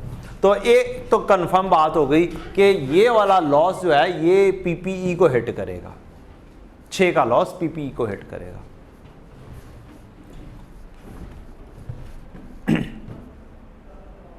तो हम क्या कहेंगे, अच्छा अगली चीज़, एक और चीज़, एक और दिमाग में एक चीज़ बात आई, हम अगर कहें कि यार ये ऐसा नहीं है, उसने सरप्लस के अगेंस्ट कहा है, किसके अगेंस्ट कहा है, उसने एंट्री पास की है profit and revaluation surplus, value down की है अगेंस्ट रिवैल्यूएशन सरप्लस, तो भी क्या एंट्री होनी है, फिर एंट्री होनी है revaluation surplus debit PPE credit. ठीक, हमारा दिमाग दो तरफ जा सकता है, हमारा दिमाग दो तरफ जा सकता है। समहाउ पीपी ने तो 6 से कम होना है विद रिस्पेक्ट टू लॉस, चाहे इधर से हो चाहे इधर से हो, तो पीपीई ने 6 से तो कम होना है विद रिस्पेक्ट टू लॉस। मैं अभी वो वाला लिखने लगा हूं, तो मैंने रिवैल्यूएशन सरप्लस के जरिए उसको लॉस को डील कर दिया जो दूसरी ट्रीटमेंट थी। अब मैं गौर से पढ़ने लगा हूं दोबारा से उस एडजस्टमेंट को कि मेरी ट्रीटमेंट मुझे 16 से लेस करनी चाहिए, 10 से करनी चाहिए, क्या करना चाहिए। मेरे पास क्या क्वेश्चन के अंदर रिवैल्यूएशन सरप्लस मौजूद है। अगला क्वेश्चन ये है कि मैं उसको डील कर पाऊँ, क्या मेरे पास पिछला रिकॉर्डेड रिवैल्यूएशन सरप्लस एग्जिस्ट करता है या नहीं करता। तो नहीं करता, मुझे नज़र नहीं आ रहा। तो फिर अब मैं अगर इसको पढ़ूंगा, and revaluation loss recognise against revaluation surplus 6 है, मींस डाउन किया है एसेट को अगेंस्ट रिवैल्यूएशन सरप्लस। तो मेरी ये वाली ऊपर वाली एंट्री नहीं बनती है, ये तो अगेंस्ट पीपीई हो गया, अगेंस्ट रिवैल्यूएशन सरप्लस लॉस ये वाला बनता है जेन्युइनली कि वैल्यू डाउन हुई है, एसेट की वैल्यू डाउन हुई अगेंस्ट रिवैल्यूएशन सरप्लस, कि मेरा रिवैल्यूएशन सरप्लस खत्म हो गया है। तो एसेट 6 के साथ मैंने डाउन कर दिया। अब जब मैंने उस एडजस्टमेंट को मुकम्मल किया तो मेरे पास कैरिंग अमाउंट निकल आई पीपीई की 1054,992। अब इसको मैं क्या करूंगा, इन दोनों वैल्यूज़ को मैं लिख दूंगा डेफर्ड टैक्स लायबिलिटी में। मैंने फॉर्मेट पहले से बनाया हुआ है, और इन दोनों को कहां पे लिख दूंगा, करंट टैक्स की वर्किंग के अंदर, डेप्रीसिएशन। और ये लॉस है नहीं, ये प्रॉफिट एंड लॉस में गया नहीं है, ये तो रिवैल्यूएशन सरप्लस को हिट हो रहा है। किसको हिट हो रहा है, रिवैल्यूएशन सरप्लस को हिट हो रहा है, ये कहीं पे भी नहीं जाएगा। चलें आए जी, इनको हम पोस्ट कर देते हैं। अकाउंटिंग की डेप्रीसिएशन 0, मैंने 0 एज्यूम की थी। टैक्स की डेप्रीसिएशन 9, ये लेस कर दी मैंने। दूसरी चीज़, मैं गया और जाके मैंने करंट ईयर की डेफर्ड टैक्स की वर्किंग के अंदर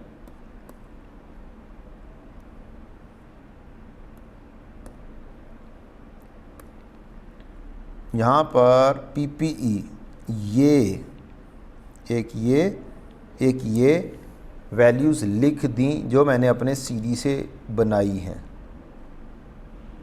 992,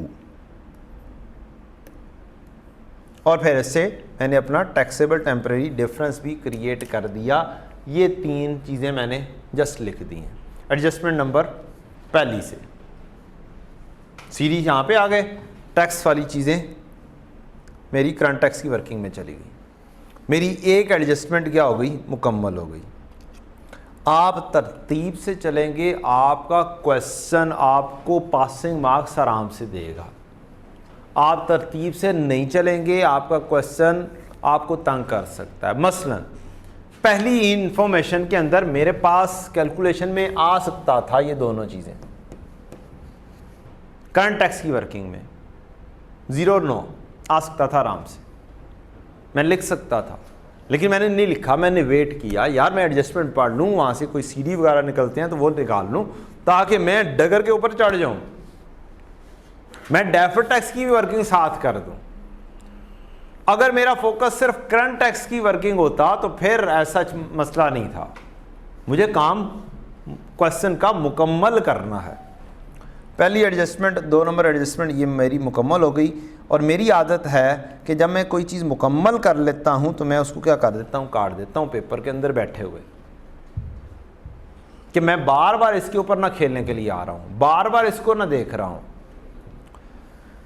तीसरी number adjustment, interest income exceed interest receipt by 12 million. अब इंटरेस्ट इनकम की बात हो रही है, मींस इसका लिंक इंटरेस्ट रिसीवेबल के अकाउंट से है। कैसे है जी? इंटरेस्ट रिसीवेबल के अकाउंट से।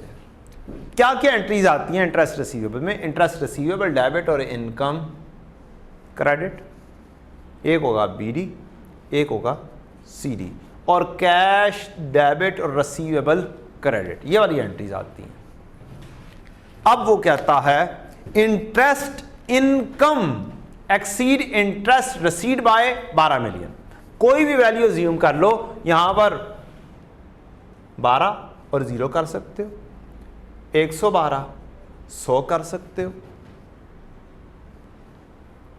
50 62 कर सकते हो, कोई भी वैल्यू अज्यूम करनी है। 0 और 12 भी कर सकते हैं, और ओपनिंग क्लोजिंग फेंक देंगे, कहानी खत्म हो जाएगी।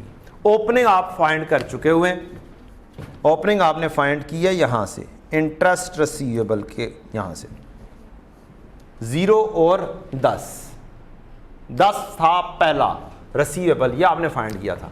अब 10 मैंने अगर ये फाइंड कर लिया है और मैंने अज्यूम कर लिया 100 और 112, तो इसका मतलब मेरा सीडी कितना हो गया? 10 जमा 12 22 का हो गया। यूं मेरा कैरिंग अमाउंट भी निकल आएगी क्योंकि मैंने पहला मालूम किया है, और मैं ये दोनों चीज़ें कहाँ पर डील कर दूंगा? अपने करंट टैक्स के अंदर डील कर दूंगा। ये एज पर टैक्स हो जाएगा इनकम, और ये एज पर आईएफआरएस मेरी इनकम हो जाएगी। अब अज्यूम कर लें, जो सी मर्जी वैल्यू अज्यूम कर लें, नो प्रॉब्लम एट ऑल। 0 12 करके चले जाओ, जैसे मर्जी चले जाओ, any value you should assume, या फिर 0 और 12 जितने उसने लिखा हुआ है। लेकिन एंट्री बनाओगे तो बात बननी है, ठीक? एंट्रीज ये वाली आती होंगी तो बात बननी है, अगर नहीं आती होंगी तो फिर कहानी गड़बड़।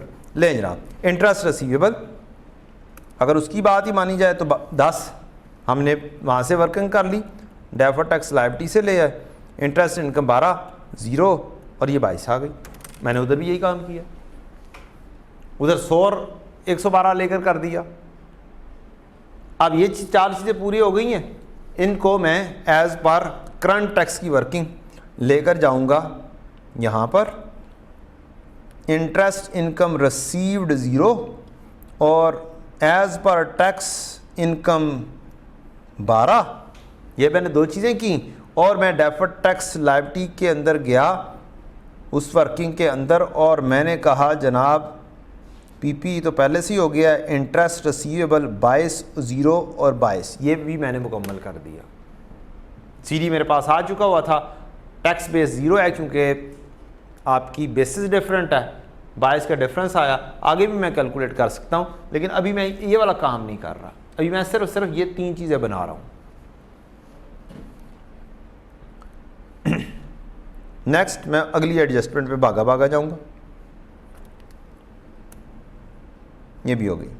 Out of total donation 5 million only 60% are allowable in tax. Out of donation of 5 million only 60% are allowed in tax. इसका मतलब है बाकी 40% क्या है? डिसअलाउड। 60% अलाउएबल है। 5 मिलियन मुझे टोटल डोनेशन रिसीव हुई है या हमने दी है? Out of total donation. Total donation, donation कहाँ पर लिखी हुई है जी? कहीं पर भी नहीं है।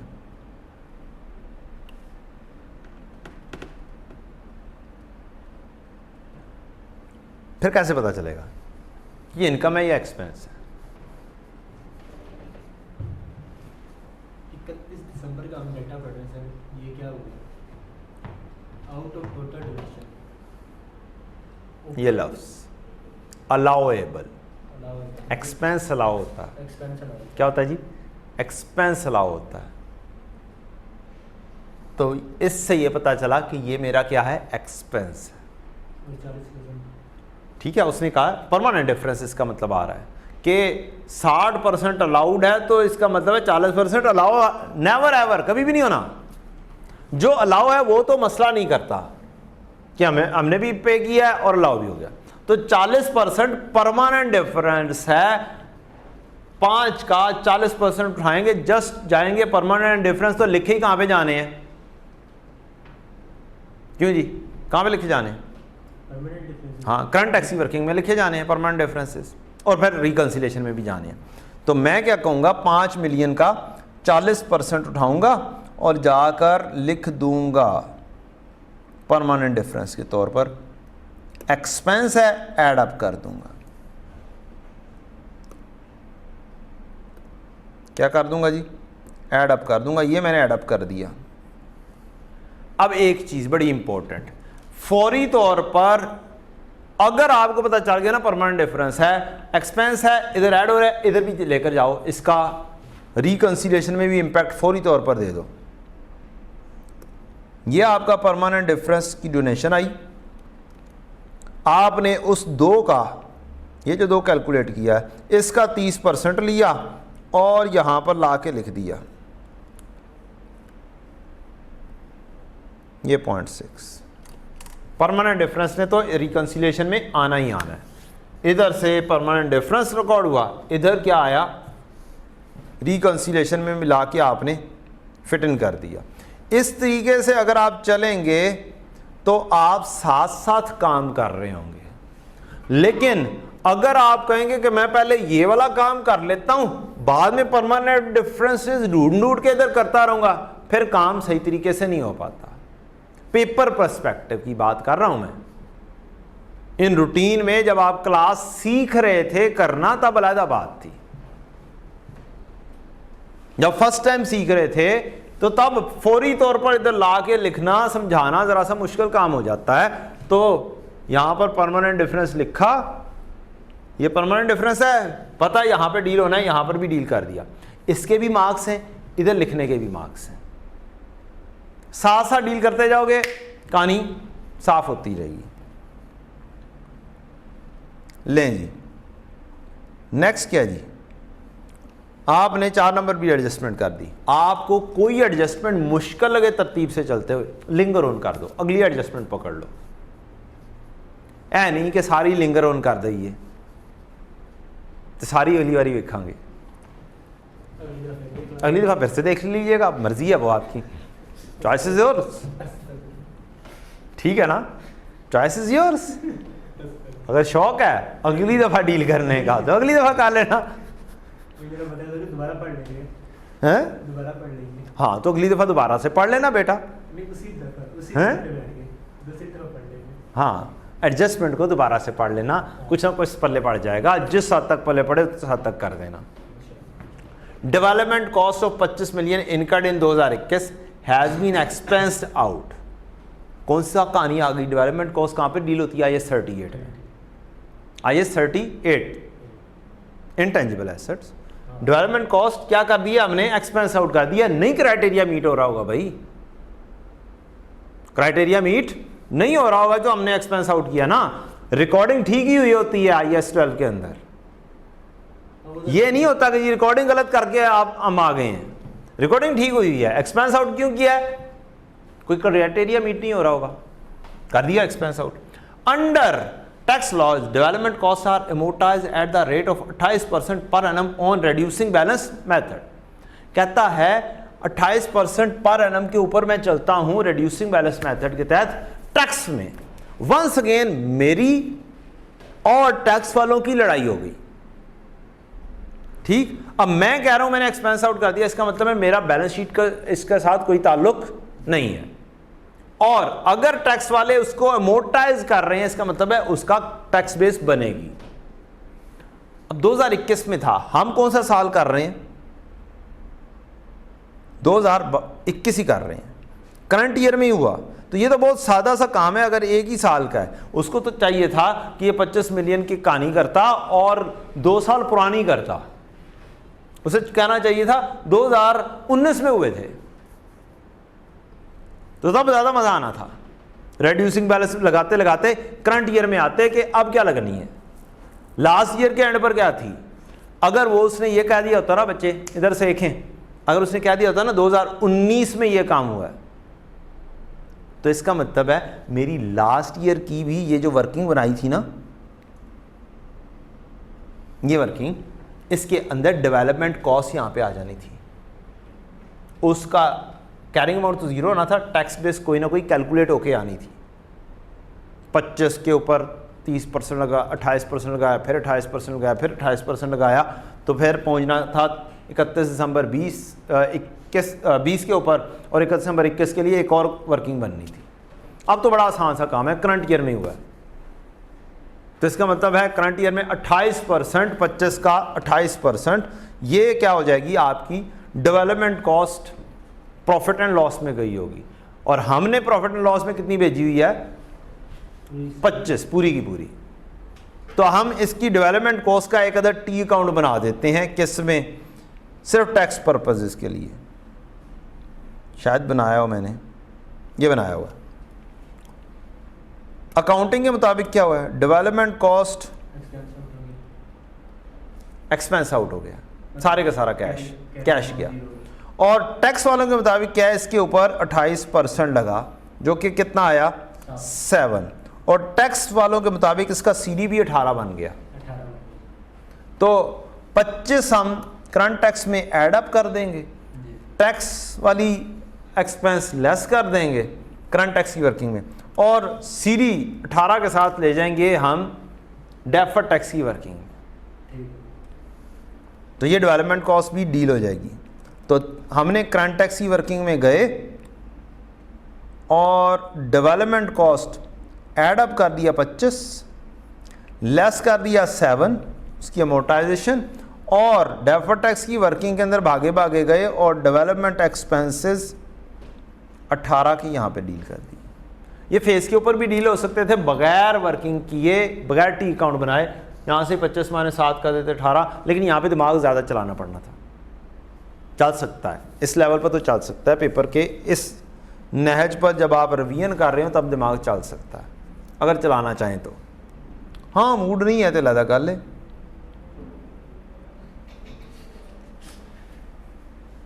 हाँ ना चलाओ दिमाग, मर्जी है थोड़ी, ना चलाओ दिमाग, अगली बारी चला लेना। या फिर दिमाग खोल के बैठो, दिमाग ध्यान दो, चीज़ों को डील करो, मैक्सिमम प्रैक्टिस करो। FAR2 में एक बड़ी आसान सा तरीकाकार है, ऑटम 21 से ऑनवर्ड सारे क्वेश्चन जो है ना, सारे पास पेपर्स इकट्ठे बैठ के एक करके अटेम्प्ट करो। वेरी बेस्ट, ऑटम 21 से ऑनवर्ड सिचुएशन चेंज हो रही है, लीजेस हो, टैक्सेशन हो, सारे क्वेश्चन बड़े मजेदार से मिलेंगे। उससे पुराने आसान से, इक्का दुक्का के अंदर चीज़ें। हाँ रेपिटेशन जैसे ये होती है, ये चंद चीज़ें तो रेपिटेशन में ही है, लेकिन जो रेपिटेशन में नहीं है वो चीज़ें भी दरमियान में आ जाएंगी। अभी चीज़ें जो थी काफ़ी हद तक रेपिटेशन वाली थी, आसान चीज़ें थी। CWIP as at 31 December 21 includes borrowing cost. Oh yes, borrowing cost आ गई ना, कुछ अच्छी चीज़ें मिल रही हैं ना इस क्वेश्चन में, बोरिंग कॉस्ट आ गई। अब डिफरेंस CWIP में पड़ेगा ही सिर्फ और सिर्फ बोरिंग कॉस्ट का। क्यों जी, आपका जो CWIP है, CWIP उसमें एंट्रीज क्या होती हैं, CWIP डेबिट कैश क्रेडिट, एक तो ये एंट्री होती है। जैसे जैसे एक्सपेंडिचर होते चले जा रहे हैं ये आ जाएगी, या CWIP डेबिट पेएबल क्रेडिट हो सकता है, ठीक। 100-200, चाहे आप टैक्स के ऊपर चल रहे हैं चाहे आप अकाउंटिंग के, ये वाली दो एंट्रीज तो ऐसे ही है ना, इसके ऊपर तो अकाउंटिंग टैक्स वाले भी मानते हैं हमें। जो डिफरेंस आता है कहाँ पे आता है, हम कहते हैं जनाब हमने बोरिंग कॉस्ट को क्या करना है, कैपिटलाइज करना है। CWIP के अंदर इंटरेस्ट एक्सपेंस भी आना है, 5 का ये भी लिखना है। टैक्स वाले कहते हैं नहीं, ये 5 पे हो गए हैं, एक्सपेंस करो। ये फर्क है, हमने कैपिटलाइज कर दिया, उन्होंने क्या करना है, एक्सपेंस में लेके जाना है। तो बस यहां पर डिफरेंस इसमें और इसकी सीडी में डिफरेंस किसका होगा, इसी बोरिंग कॉस्ट का होगा। तो हमें ये वाले बैलेंसेस दिए हों या ना दिए हों कोई फर्क नहीं पड़ता, borrowing cost is the difference. तो मैं चुप करके सिर्फ बोरिंग कॉस्ट डेफर्ड टैक्स के अंदर ले जाके फिट इन कर सकता हूं, क्योंकि डिफरेंस किसका आना है, सिर्फ इस 5 का आना है। मैं इसको 305 लिखूं, इसको 300 लिखूं, या मैं यहां से सिर्फ 5 उठाऊं और इधर 0 लिखूं, कोई फर्क नहीं पड़ेगा, दोनों का डिफरेंस 5 का ही है। लिहाजा फर्क बोरिंग कॉस्ट सिर्फ और सिर्फ क्या करता है, क्रिएट करता है। तो CWIP includes borrowing cost of 8 million incurred in 21। Under tax law borrowing cost is allowed in year it is incurred. Tax वाले कहते हैं नहीं, फौरी तौर पे एक्सपेंस में लेके जाओ। तो टैक्स वालों के मुताबिक इस 8 को उठाएंगे और एक्सपेंस में फेंक देंगे, और अकाउंटिंग के मुताबिक डेफर्ड टैक्स लायबिलिटी के अंदर उठा के फेंक देंगे। वर्किंग के अंदर कैरिंग अमाउंट हमारी 8 की आ रही होगी और टैक्स बेस 0 हो रही होगी। बस कुछ और नहीं करना, सिर्फ उठा के लिखना है, कोई टी अकाउंट नहीं बनाना, कुछ भी नहीं करना। तो टैक्स के मुताबिक 8 एक्सपेंस बोरिंग कॉस्ट का, एड अप कुछ नहीं होगा क्योंकि कुछ भी नहीं आ रहा, और डेफर्ड टैक्स लायबिलिटी के अंदर जाएंगे और CWIP में बोरिंग कॉस्ट 8 की ये लिखेंगे और टैक्स बेस उसकी 0 कर देंगे, आपकी ये वर्किंग कंप्लीट हो जाएगी। इतनी सी कहानी थी इसकी। बस हम लोग परेशान हो गए, यार इसका ओपनिंग कितना रहा है, क्या नहीं है, चक्कर ही कोई नहीं। सबसे आसान एडजस्टमेंट तो जनरली थी ये वाली, जिसमें वर्किंग करनी नहीं पड़नी थी, और हम डेवलपमेंट कॉस्ट का लफ्ज पढ़ के परेशान हो रहे थे, ओ यार पता नहीं क्या, IAS 38 भी लगाना पड़ेगा, ये करना पड़ेगा, वो भी करना पड़ेगा।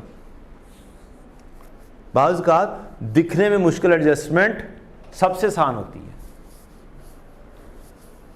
अगली चीज CWIP, ये हो गया जी, डेवलपमेंट कॉस्ट भी हो गया, CWIP भी हो गया, इसके ऊपर भी परेशानी थी, ये भी हो गया। पीछे रह क्या गया? अब मुझे बताएं, अगर आपने यहां तक क्वेश्चन कर दिया हुआ है, एक मुश्किल एडजस्टमेंट नहीं भी हो रही, फिर क्या मसला है? मैंने कहा एक एडजस्टमेंट नहीं भी हो रही, आपने बाकी सवाल कर दिया हुआ है, किस बात की टेंशन है? आधे ज़्यादा सवाल तो कर चुके हो। हम लोग पता क्या करते हैं, हम लोग सबसे पहले देखते हैं, ओ यार ये तो मुझे आता ही नहीं है, इसी के ऊपर परेशान होकर सोचते रहते हैं, और जो सी चीज़ आती है ना वो भी नहीं करते। This is the one of the reason of failure. Kindly इस चीज़ को छोड़ दो, जो सी चीज़ नहीं आती आंखें बंद करके साइड पे करो। यार आंखें बंद, कबूतर भी बंद करता है ना आंखें, बिल्ली आती है तो आई के आपने झपटा मारना ही मारना है, तो आंखें बंद करो, सुकून करो, टेंशन नहीं, बस खाने नहीं देना आज के आपको, अपने आप को, ठीक, उड़ जाना अच्छी एडजस्टमेंट करके, बिल्ली के झपटा मारने से पहले। हम तो तरतीब से चल रहे हैं, लिहाजा 7-8 नंबर एडजस्टमेंट तो मैं पहले करवा चुका हूँ, यूज़ कर चुके हुए हम। 7 नंबर रह गई है, 10 नंबर रह गई है, बस 2 में चॉइस करनी है पहले। तो यार ये लंबी नज़र लग रही है, ये पहले कर लेते हैं, ऐसे ही है। ये सबसे मुश्किल एडजस्टमेंट है, ये आसान एडजस्टमेंट है जेन्युइनली, अनयूज्ड टैक्स लॉसेस की, और कहानी लंबी चौड़ी है, लिहाजा 7 नंबर एडजस्टमेंट पहले। 1 January 21 SL acquired shares in Funny Limited, acquired मैंने खरीदे हैं, for 70 million. The investment in this measured at fair value through profit and loss. आसान काम हो गया, सबसे आसान चीज़ दी है उसने, प्रॉफिट एंड लॉस पे लेके जाओ। During the year SL receive 4 million as dividend, cash debit dividend income credit, कहानी खत्म, हमने ये एंट्री पास की होगी। At year end gain of 10 million was recognised as fair value adjustment, इसके ऊपर टैक्स वाले नहीं मानते होंगे, हमने इनकम ये भी लिखी है। Under tax law capital gain is taxable at 15%। ओहो, at the time the sale, at the time of sale under the tax laws capital gain is taxable 15% at the time of sale. इसका मतलब है 15% rate लगना है इस 10 million के ऊपर। जो लायबिलिटी भी होगी फ्यूचर में जो रेट है जो लगना है वो लगाना है। While dividend received is taxable eight 10%, और डिविडेंड रिसीव्ड जो है ये भी 10% पर डील होता है। The intention of SPL for holding investment is fair value is to take benefit in the form of capital gain। हमने इन्वेस्टमेंट की थी और यहां पर एक मस्ती करने की कोशिश की गई। हमारी पॉलिसी क्या है? Fair value through profit and loss.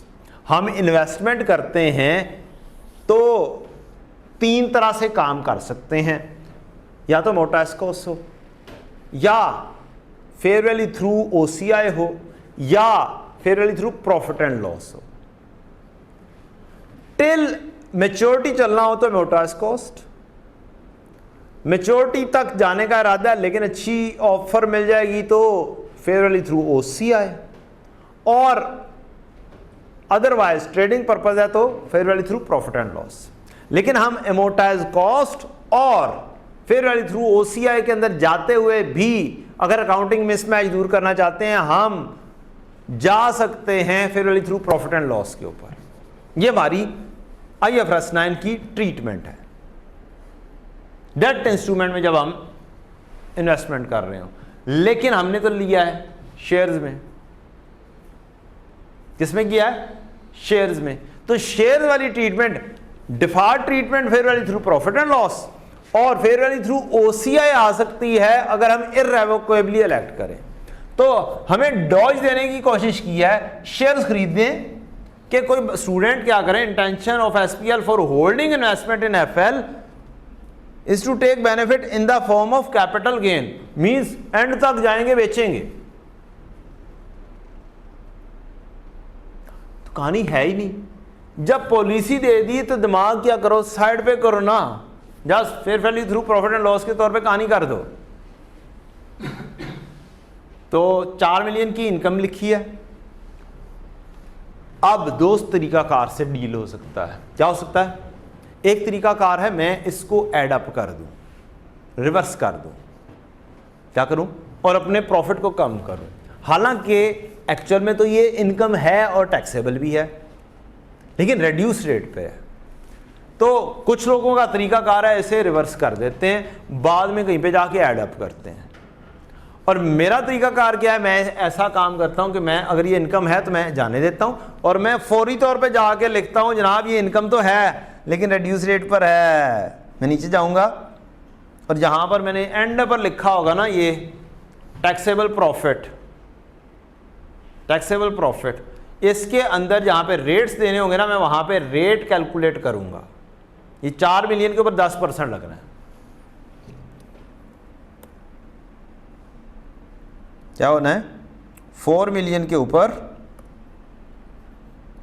10% लगना है। मैं इसकी रिवर्सल नहीं करता, पहले मैं रिवर्सल करूं फिर दोबारा से ऐड अप करूं, फायदा कोई नहीं है। टैक्सेबल इनकम का पार्ट है लेकिन टैक्स रेट इसका किसी और तरह से निकलना है और बाकियों का किसी और तरह से निकलना है। तो मैं जाऊंगा बस ये इतनी सी वैल्यू लिख दूंगा कहां पे टैक्स रेट के सामने कि मेरे टैक्स इतना आया, बस एक चीज डील कर दी मैंने। दूसरी चीज डील करूंगा मैं,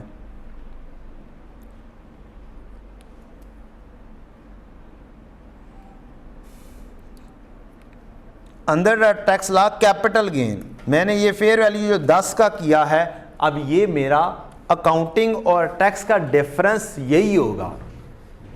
रीजन, अगर मैं टी अकाउंट बनाऊंगा इन्वेस्टमेंट का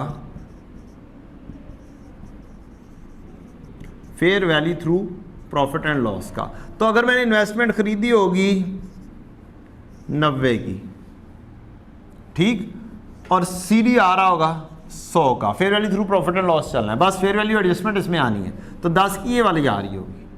अब यही 10 ओनली ऐसा है जो मेरी कैरिंग अमाउंट और टैक्स बेस के अंदर फर्क क्रिएट कर रहा है। इसका मतलब ये है कि मुझे बस ये 10 उठाना है। अगर करंट ईयर है, अगर 2 साल हो चुके हैं फिर देखना पड़ेगा। अगर करंट ईयर है तो बस ये 10 डील कर रहा है। अगर अगला साल भी हो चुका हुआ है, मैंने 2 साल पहले ली थी, ठीक, और करंट ईयर के अंदर भी 10 के साथ इंक्रीज है, पिछले साल में भी 10 के साथ इंक्रीज है, तो इसका मतलब है मेरा और टैक्स वालों का क्यूमुलेटिव डिफरेंस 20 हो चुका हुआ है। अगर मैं ये वाला साल में होता और साथ मुझे बताया होता लास्ट ईयर में भी फेयर वैल्यू एडजस्टमेंट हुई थी 10 की, तो मैं 10 की और करंट ईयर की इकट्ठी करूंगा और फिर डिफरेंस कह दूंगा कि ये दोनों क्रिएट कर रहे हैं डिफरेंस, क्यूमुलेटिव डिफरेंस है। अगर लास्ट ईयर में लॉस था 6 का, कौन फेयर वैल्यू लॉस था, और इस साल में इंक्रीज है, तो नेट डिफरेंस 4 का इंक्रीज का है। तो बस ये चीज आपने देखनी होती है। ये चीज जुबानी भी हो सकती है और ये चीज टी काउंट बनाकर तो हो ही सकती है कि आप टी काउंट बनाएं, उससे एडजस्टमेंट को समझें और फिर उस एडजस्टमेंट को क्या करें, कोई भी वैल्यू अज्यूम करें और इसको डील कर दें। तो ये आप डेफर्ड टैक्स लायबिलिटी में आएंगे, 10 का डिफरेंस चुप करके लिख देंगे, जनाब मेरा 10 का डिफरेंस आ रहा है किसके अंदर, किधर गया, इन्वेस्टमेंट में। अब ये 80 और 70 लिखा गया, 10 का डिफरेंस आ गया। ये 80 और 70 क्यों लिखा गया है, इसलिए कि हमने ख़रीदी थी 70 की, क्या की थी, 70 की ख़रीदी थी और फिर वैल्यू आ गया इंक्रीज़, 70 की मैंने ख़रीदी थी, 10 का इंक्रीज़ आया, तो मेरी कैरिंग अमाउंट कितने पे आ गई, 80 पर आ गई।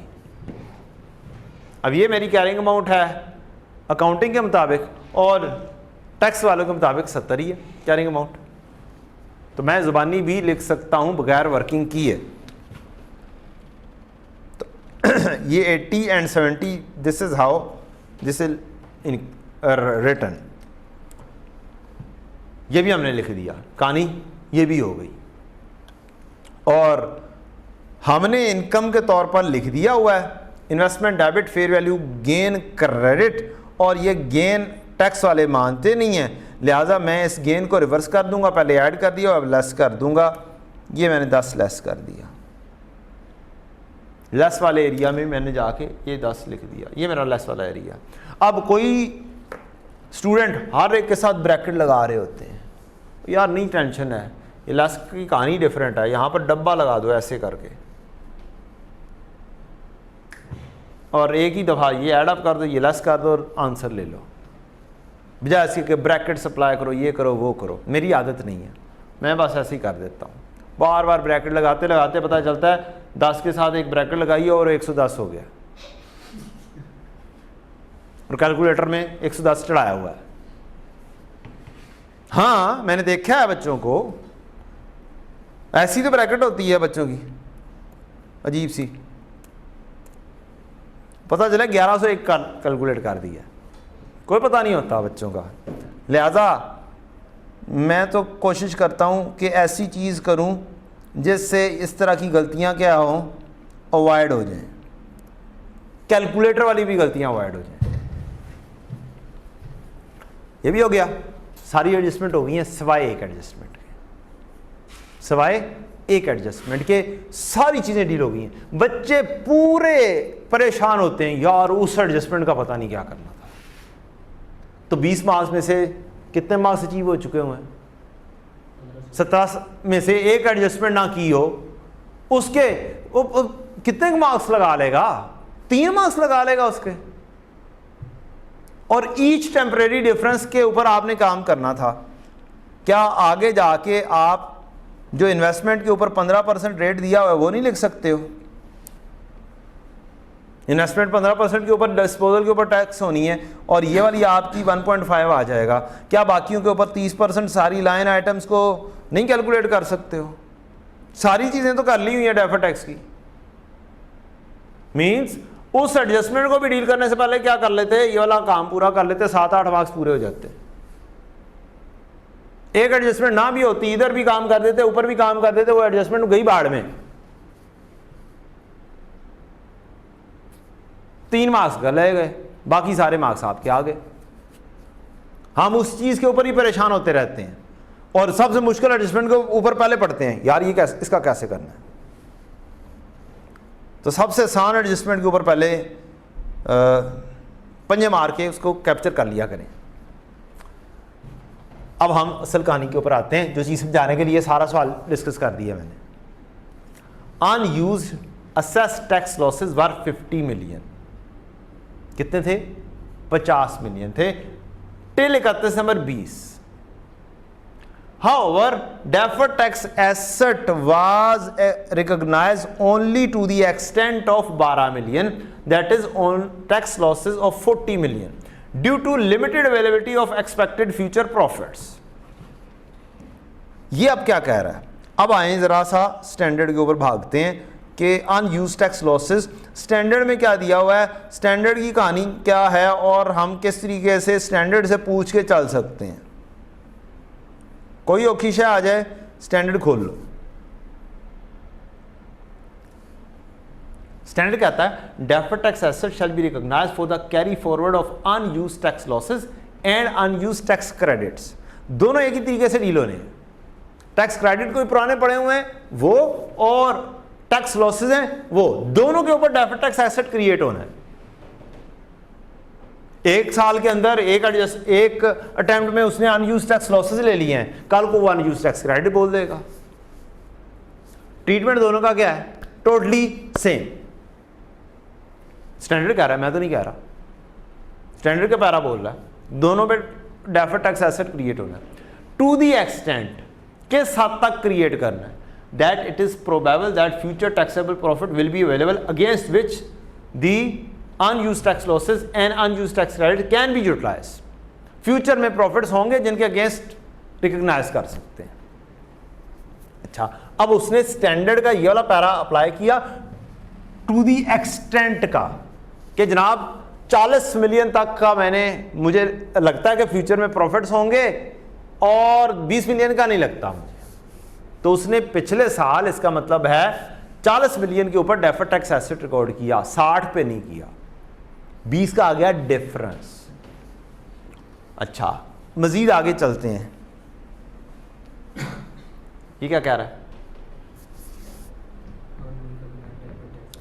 Reassessment of unrecognised deferred tax asset. हमने रिकॉग्नाइज नहीं किया, 40 के ऊपर किया है, 20 के ऊपर नहीं किया। इसका मतलब है पॉसिबिलिटी है अब इसको रीअसेस करें। At the end of each reporting period, हर साल के एंड पर entity reassess unrecognised deferred tax asset, जो उसने रिकॉग्नाइज नहीं किए उनके ऊपर काम करेगा। The entity recognises a previously unrecognised deferred tax asset to the extent that it is become probable that future taxable profit will allow the deferred tax asset।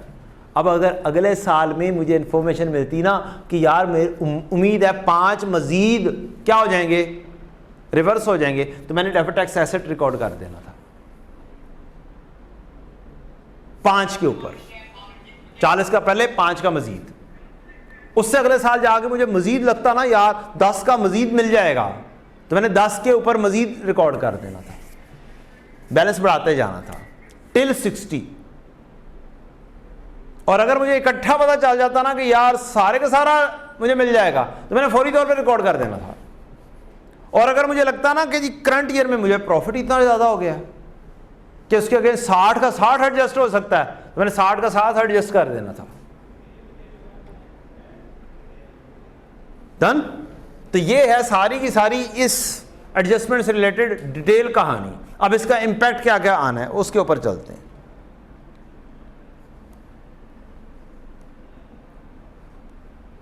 अब इसका इंपैक्ट, एक तो लास्ट ईयर के अंदर मैंने काम किया है कि 40 के ऊपर मैंने डेफर्ड टैक्स एसेट रिकॉर्ड किया है। ये मुझे 40 की इंफॉर्मेशन मिली, ये डेफर्ड टैक्स एसेट मिला, मैंने लास्ट ईयर की वर्किंग की जाके। यहां पर 3 की वर्किंग पहले थी, एक और इंफॉर्मेशन मिली अनयूज्ड टैक्स लॉसेस। ये जो लॉसेस होते हैं ये डायरेक्टली डिडक्टेबल टेम्परेरी डिफरेंस होते हैं, इनका कोई ये कैरिंग अमाउंट वाली कहानी नहीं होती, ये डायरेक्टली टेम्परेरी डिफरेंसेस हैं। 40 के ऊपर 30% 12, ये मेरी डेफर्ड टैक्स एसेट क्रिएट हुआ। नेट करके लायबिलिटी चेक करें क्या बनती है। डेफर्ड टैक्स एसेट या लाइबिलिटी कितनी बनती है? 18 जमा 3 माइनस 12 9 11 0 बनती है। दिखाई कितनी हुई थी फेस के ऊपर? क्वेश्चन के फेस के ऊपर क्या दिखाया हुआ था? 12। स्टूडेंट ने क्या करना था? टा ठा चलो गया, 12 का टी काउंट बनाया, कहानी खत्म। मैंने तो आपको एक और मिसाल भी दे दी है कि जनाब इसका 2 साल पुरानी अगर दी होती तो कोई और भी चीज छुपी होती किसी एडजस्टमेंट में, जिसकी कहीं और इंफॉर्मेशन दी होती, तो दैट इज पॉसिबल। रुक जाते होते हैं काम से अगर पिछले साल की इंफॉर्मेशन इस तरीके से ना दी हो, अनलेस एंड अनटिल के पूरा ही बता दिया होता कि डेफर्ड टैक्स लायबिलिटी इतनी है। उसने कहा deferred tax liability in respect of these temporary differences इतनी है, बाकियों की नहीं बात की उसने ये कहा होता ना deferred tax liability as at 31 December 20 इतनी है, विच कंप्राइजेज ऑफ लिखा होता तो फिर मैंने कहा था हाँ 12 ही बनती है। कंप्राइजेज ऑफ कि इस चीजों पर मुश्तमिल है। ले जी, अब अनयूज्ड टैक्स लॉसेस थे 50 बिलियन, 60 भी नहीं थे, 50 थे। मैं माजे चाहता हूं 50 थे, 40 के रिकॉर्ड कर लिए हैं, 40 की बेसिस पे 12 मिलियन का डेफर्ड टैक्स एसेट क्रिएट किया हुआ है, 10 का डिफरेंस आ रहा है। अब हम जाएंगे अपनी करंट टैक्स के अंदर वर्किंग देखेंगे कि करंट ईयर में कोई प्रॉफिट आ रहा है या नहीं आ रहा है, जिसके अगेंस्ट ये वाले लॉसेस एडजस्ट हो सकते हैं, 40 या 50 व्हाट्सएवर। 40 भी हो सकते हैं, 50 भी हो सकते हैं, कोई 0 भी हो सकता है अगर लॉसेस ही होंगे तो। मेरा टैक्सेबल प्रॉफिट बहुत अच्छा सा आया, 126 आ गया, इंक्लूडिंग दिस 4 मिलियन। पूरे का पूरे 50 मिलियन लॉसेस मेरे एडजस्ट हो सकते थे। मैंने सारे के सारे लॉसेस एडजस्ट किए, पिछले साल के लॉसेस खत्म हो गए, पिछले साल के एक्सपेंसेस जो नहीं एडजस्ट हो पाए थे वो एडजस्ट हो गए। मेरा टैक्सेबल प्रॉफिट 76 आया, 76 में से 4 मिलियन 10 रेट पर है, बाकी 72 मिलियन 30 के ऊपर है। मैंने करंट टैक्स की वर्किंग बना दी, यहाँ पे इसको उठा के मैंने टैक्स के एक्सपेंस में फेंक दिया, यार तू तो पहुंचना। फिर मैं भागा भागा गया यार कि डेफर्ड टैक्स की लायबिलिटी में बना दूं करंट ईयर की। मैं भागा भागा गया और मेरे वर्किंग की, मेरी 10.5 की वर्किंग हुई क्लोजिंग की, इंक्लूडिंग कि यहाँ पे 15% रेट है, फ्यूचर में इसने 15% पे होना है। तो हमेशा फ्यूचर का रेट अप्लाई किया जाता है, करंट ईयर का रेट नहीं अप्लाई किया जाता। अगर आपको फ्यूचर के रेट्स का पता हो तो आप फ्यूचर का रेट इस्तेमाल करते हैं बच्चों। आपने फ्यूचर का रेट इस्तेमाल किया कि इस पे 15% होना है। 10.5 मेरी क्लोजिंग आई, ओपनिंग 0, क्लोजिंग 10.5, इसका मतलब है डेफर्ड टैक्स एक्सपेंस कितना बनेगा? 10.5 ही बनेगा। समझो यहाँ पे अकाउंट भी बना होगा, ये डेफर्ड टैक्स लायबिलिटी का अकाउंट, ये जनाब। अब कहानी इंपॉर्टेंट कहानी यहाँ पे आ गई, ये 10.5 आ गया, ये 10 आ गया, ये दो चीज़ें तो हो गई हैं। क्या आपका लॉस आया था 6 का लॉस? तो जब क्रिएट करते हो उसकी अकाउंटिंग एंट्री करते हो, revaluation surplus debit deferred tax liability credit, तो रिवर्स करोगे तो क्या नहीं होनी चाहिए? रिवर्सल पे भी वैसे ही अकाउंटिंग होनी चाहिए, फिर रिवर्सल अकाउंटिंग होनी चाहिए, ठीक है? तो तब डेफर्ड टैक्स लायबिलिटी रिवर्स भी होगी। अगर रिवैल्यूएशन सरप्लस रिवर्स हो रहा था तो लायबिलिटी भी रिवर्स ही होगी। तो deferred tax liability debit PPE या रिवैल्यूएशन सरप्लस क्रेडिट, जो सा भी एंट्री यहाँ पे मारो गोली, इससे कम होना है। 6 ज़रब 30%, 6 के साथ हो रहा है, इसका अलहदा से नोट दिया जाता है 6 × 30%। तो ये इंपॉर्टेंट चीज़ थी, एक ये वाला इंपॉर्टेंट काम था एंड पर जाते हुए। लेकिन अगर गलती कर भी जाते तो क्या था? फिर ये 10.5 लिखना था, फिर रिकन्सिलेशन मैच नहीं होनी थी, और अगर रिकन्सिलेशन मैच ना होती तो चुप करके उठना था और चुप करके जाके क्या करना था? Skoon.com करना था। आप मैक्सिमम मार्क्स अचीव कर चुके हो। समहाउ डेफर्ड टैक्स एक्सपेंस मेरा 12.3 क्रिएट होता है बेटा, लायबिलिटी लिहाजा अकाउंट बनाना ज़रूरी है। ये 12.3 किया मैंने, 34.3 आ गया। अभी तक मैं जो काम कर चुका हूँ 1 2 3 4 काम कर चुका हूँ और ये काम कर चुका हूँ परमानेंट डिफरेंसेस का। ये जो लो रेट है ना बेटा 4 मिलियन के ऊपर 10%, इसका मतलब है यहाँ तो मैंने वर्किंग में 10% लिया है, लेकिन ये 4 मिलियन मेरा इस पीबीटी में शामिल है।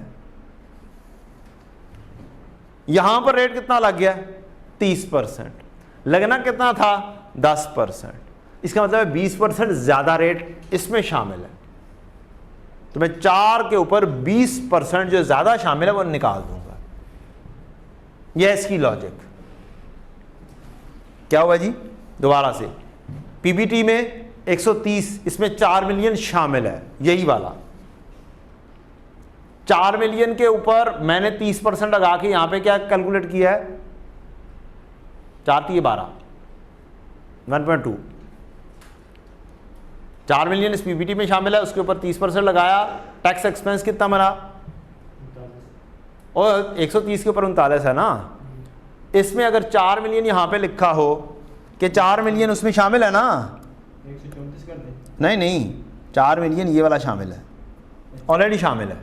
तो 4 मिलियन के ऊपर 30% मेरा 1.2 टैक्स एक्सपेंस यहां पर लिखा गया है।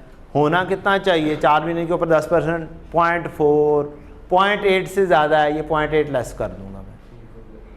ठीक है, ये है लो रेट टैक्स का ट्रीटमेंट। तो जितना ज़्यादा है उतना जो है ना निकाल दो, ताकि वो चीज़ मैच हो जाए। ऊपर क्या है, ऊपर इसके ऊपर है ना, ऊपर जो करंट टैक्स में आया हुआ है, इस 22 में कितना है 10% पे आया हुआ है, इस 22 में ये 10% के ऊपर कैलकुलेट होके ये आया हुआ है। तो इसका मतलब है ये 22 के अंदर 10% रेट पे है, हमने लिख दिया हुआ है 30% पे, 20% ज़्यादा है, ये हम लेस कर देंगे। 4 मिलियन के ऊपर 20%, 0.8। ये कहानी तो हो गई आराम से। 3 चीज़ें डील करनी होती हैं जो रूटीन की हैं। एक परमानेंट डिफरेंसेस, जो भी परमानेंट डिफरेंस आए पेनल्टी एक्सपेंस से ऐड हुआ होगा यहां पर भी ऐड कर देना। इनकम है यहां पर लेस कर दी होगी, आपने भी यहां पे लेस कर देना। एक्सपेंस ऐड अप हुआ है, एक्सपेंस के ऊपर टैक्स रेट लगाएंगे, यहां पर ऐड अप कर देना। ये हो गया आपका परमानेंट डिफरेंस की ट्रीटमेंट। लो रेट की ट्रीटमेंट आपने यहां पर लेस ही करनी है,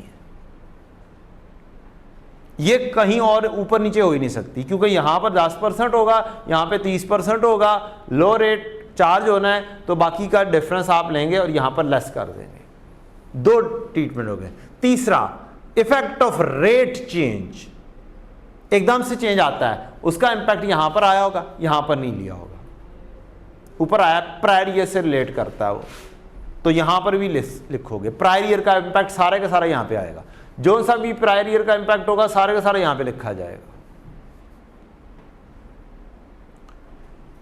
क्योंकि ये करंट ईयर है, प्रायर ईयर की कोई चीज आई है तो यहां पर लिखी जाएगी।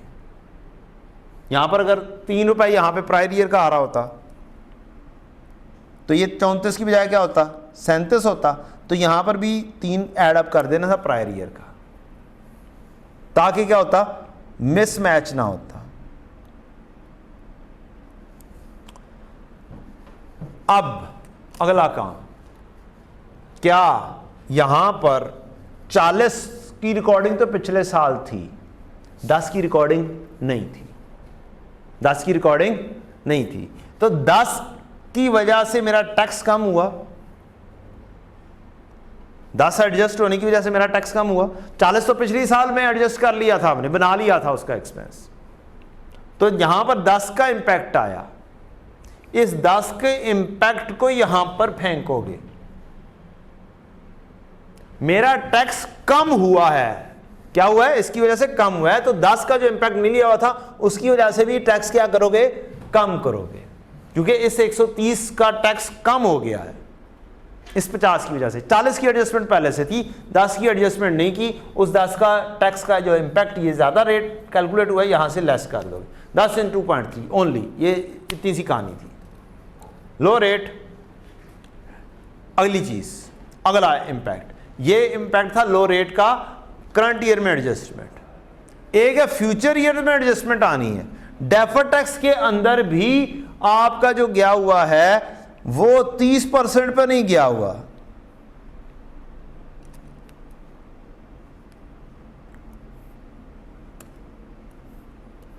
यहां पर क्या गया हुआ है, 15% पर गया हुआ है। ठीक, करंट ईयर में क्या इंपैक्ट आया है, 10 का इंपैक्ट आया है करंट ईयर में। करंट ईयर की कहानी हो रही है, तो 10 मिलियन के ऊपर 15%, जो कि 30% फुल रेट माइनस 15% रेट, 15% का इंपैक्ट ये भी लेकर आओगे, लेस करोगे, क्योंकि फ्यूचर में टैक्स कम हो रहा है, तो ये भी लेस हो जाएगा। टैक्स ज्यादा होता है इसलिए ऐड अप हो जाना था, मींस टैक्स कम ना होता, फ्यूचर में रेट ज्यादा होता तो इसलिए ऐड अप हो जाना था। लो रेट नहीं होना था, हाई होना था। इसी तरह से यहां पर भी हो सकता है, लो रेट लाजमी नहीं है, इंक्रीज रेट भी तो हो सकता है ना। 4 बिलियन के ऊपर 30% ना होता, 50% रेट होता, 60% रेट होता, तो ये चीज ज्यादा होनी थी, फिर यहां पर ऐड अप करना था। ये है टेक्निकल पॉइंट।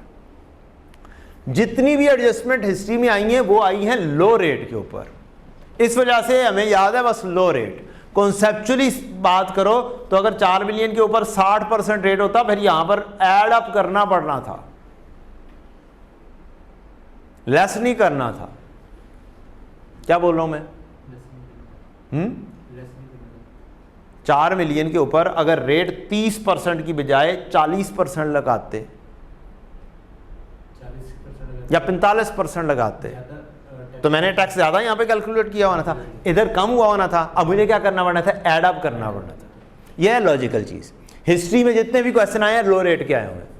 अगर हम लॉजिकल नहीं सीखेंगे तो हम गलती करेंगे, अगर हम लॉजिकल सीखेंगे तो हम गलती नहीं करेंगे इंशाल्लाह।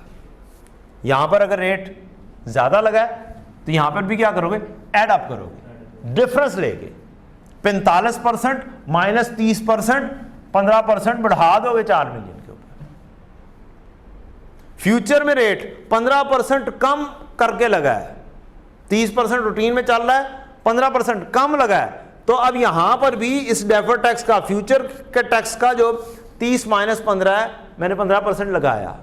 अगर फ्यूचर में भी इसने 50% पे चार्ज होना होता तो मैं यहां पर 50% लिखता, ये 10 ज़रा 50 5 होता, तो फिर मुझे यहां पर क्या करना पड़ना था, 10 ज़रब 30 पर तो ऑलरेडी हुआ है, 20% एडअप करना पड़ना था, 2 को मजीद एडअप करना पड़ना था, फिर मेरा ये मैच होना था। कर देख लें। यहां पर अगर मैं 5 कर देता हूं, 10 ज़रब 50%, क्या कर देता हूं, 10 ज़रब 50%, तो ये क्या आ जाएगा, 5, 1.5 है, कितना बढ़ेगा, 3.5 से बढ़ेगा। 3.5 यहाँ पर जाके क्या होगा, डेफर्ड टैक्स लायबिलिटी 3.5 से ज़्यादा होगी। अब मुझे इसका मतलब है यहाँ पर 10 ज़रब 20%,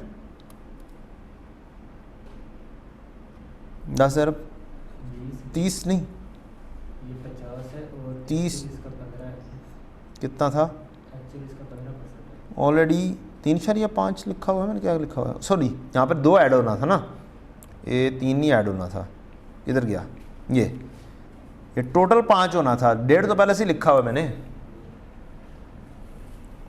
10 ज़रब 50, अच्छा ये 15% है ना, डिफरेंस मैंने कितना डाल दिया है, आपने 35 से चार्ज करना है।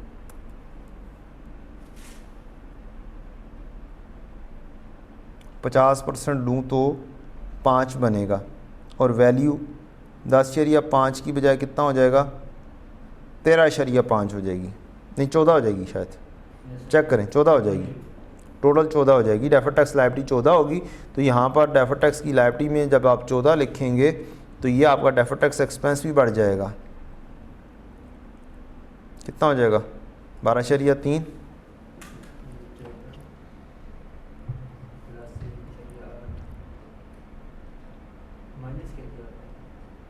1.8 14 जमा 1.8 15.8 तो ये भी 15.8 हो जाएगा। 3.5 से एडअप हुआ है तो 3.5 से एडअप हो जाएगा 15.8 हो जाएगा और ये रेट बढ़ जाएगा 3.5 से। अब आपको यहाँ पर भी एडअप करना पड़ेगा। अब रेट आपका 10 ज़रब 50% माइनस 30% 2% 2 के साथ एडअप हो जाएगा। 2 और 1.5 का डिफरेंस माइनस 1.5 का डिफरेंस 3.5 ही होता है। कितना होता है? 3.5 ही होता है। तो ऑटोमेटिकली आपकी एडजस्टमेंट क्या हो जाएगी? ठीक हो जाएगी। -2 -1.5 -2 -1.5 रिवर्स किया 1.5 आ गया और 2 एडअप किया, टोटल 3.5 का ही डिफरेंस क्रिएट हो रहा है। यहाँ पर भी समाओ, यहाँ पे आप 2 लिखेंगे तो ये आपकी ऊपर मैच हो जाएगी चीज़ें। तो ये तरीकाकार है। अगर आप इधर एडअप कर रहे होंगे तो इधर भी ऐड करना है। अगर आप इधर कम रेट के ऊपर जा रहे हैं तो इधर भी कम जाना है, इधर भी लेस करना है डिफरेंसेस के साथ। कल को फ्यूचर में ये कॉन्सेप्ट अप्लाई करना है, होना ही होना है। अभी हमें लो रेट की कहानी आती है ज़्यादातर, क्योंकि लो रेट की कहानियाँ आई हुई हैं, हिस्टोरिकली आई लो रेट के ऊपर हुई हैं, हाई रेट के ऊपर आई नहीं। तो जिस दिन हाई रेट के ऊपर आएगा तब हमारा नॉलेज अपडेट हो जाएगा और एक चीज़ ऐड अप हो जाएगी। तो आप कॉन्सेप्चुअली अगर आप लेकर चलेंगे तो इंशाल्लाह पेपर में गलती नहीं होगी। Thank you ji. IAS 12 के ऊपर हमारी ये कहानी ख़त्म हुई। अस्सलाम वालेकुम।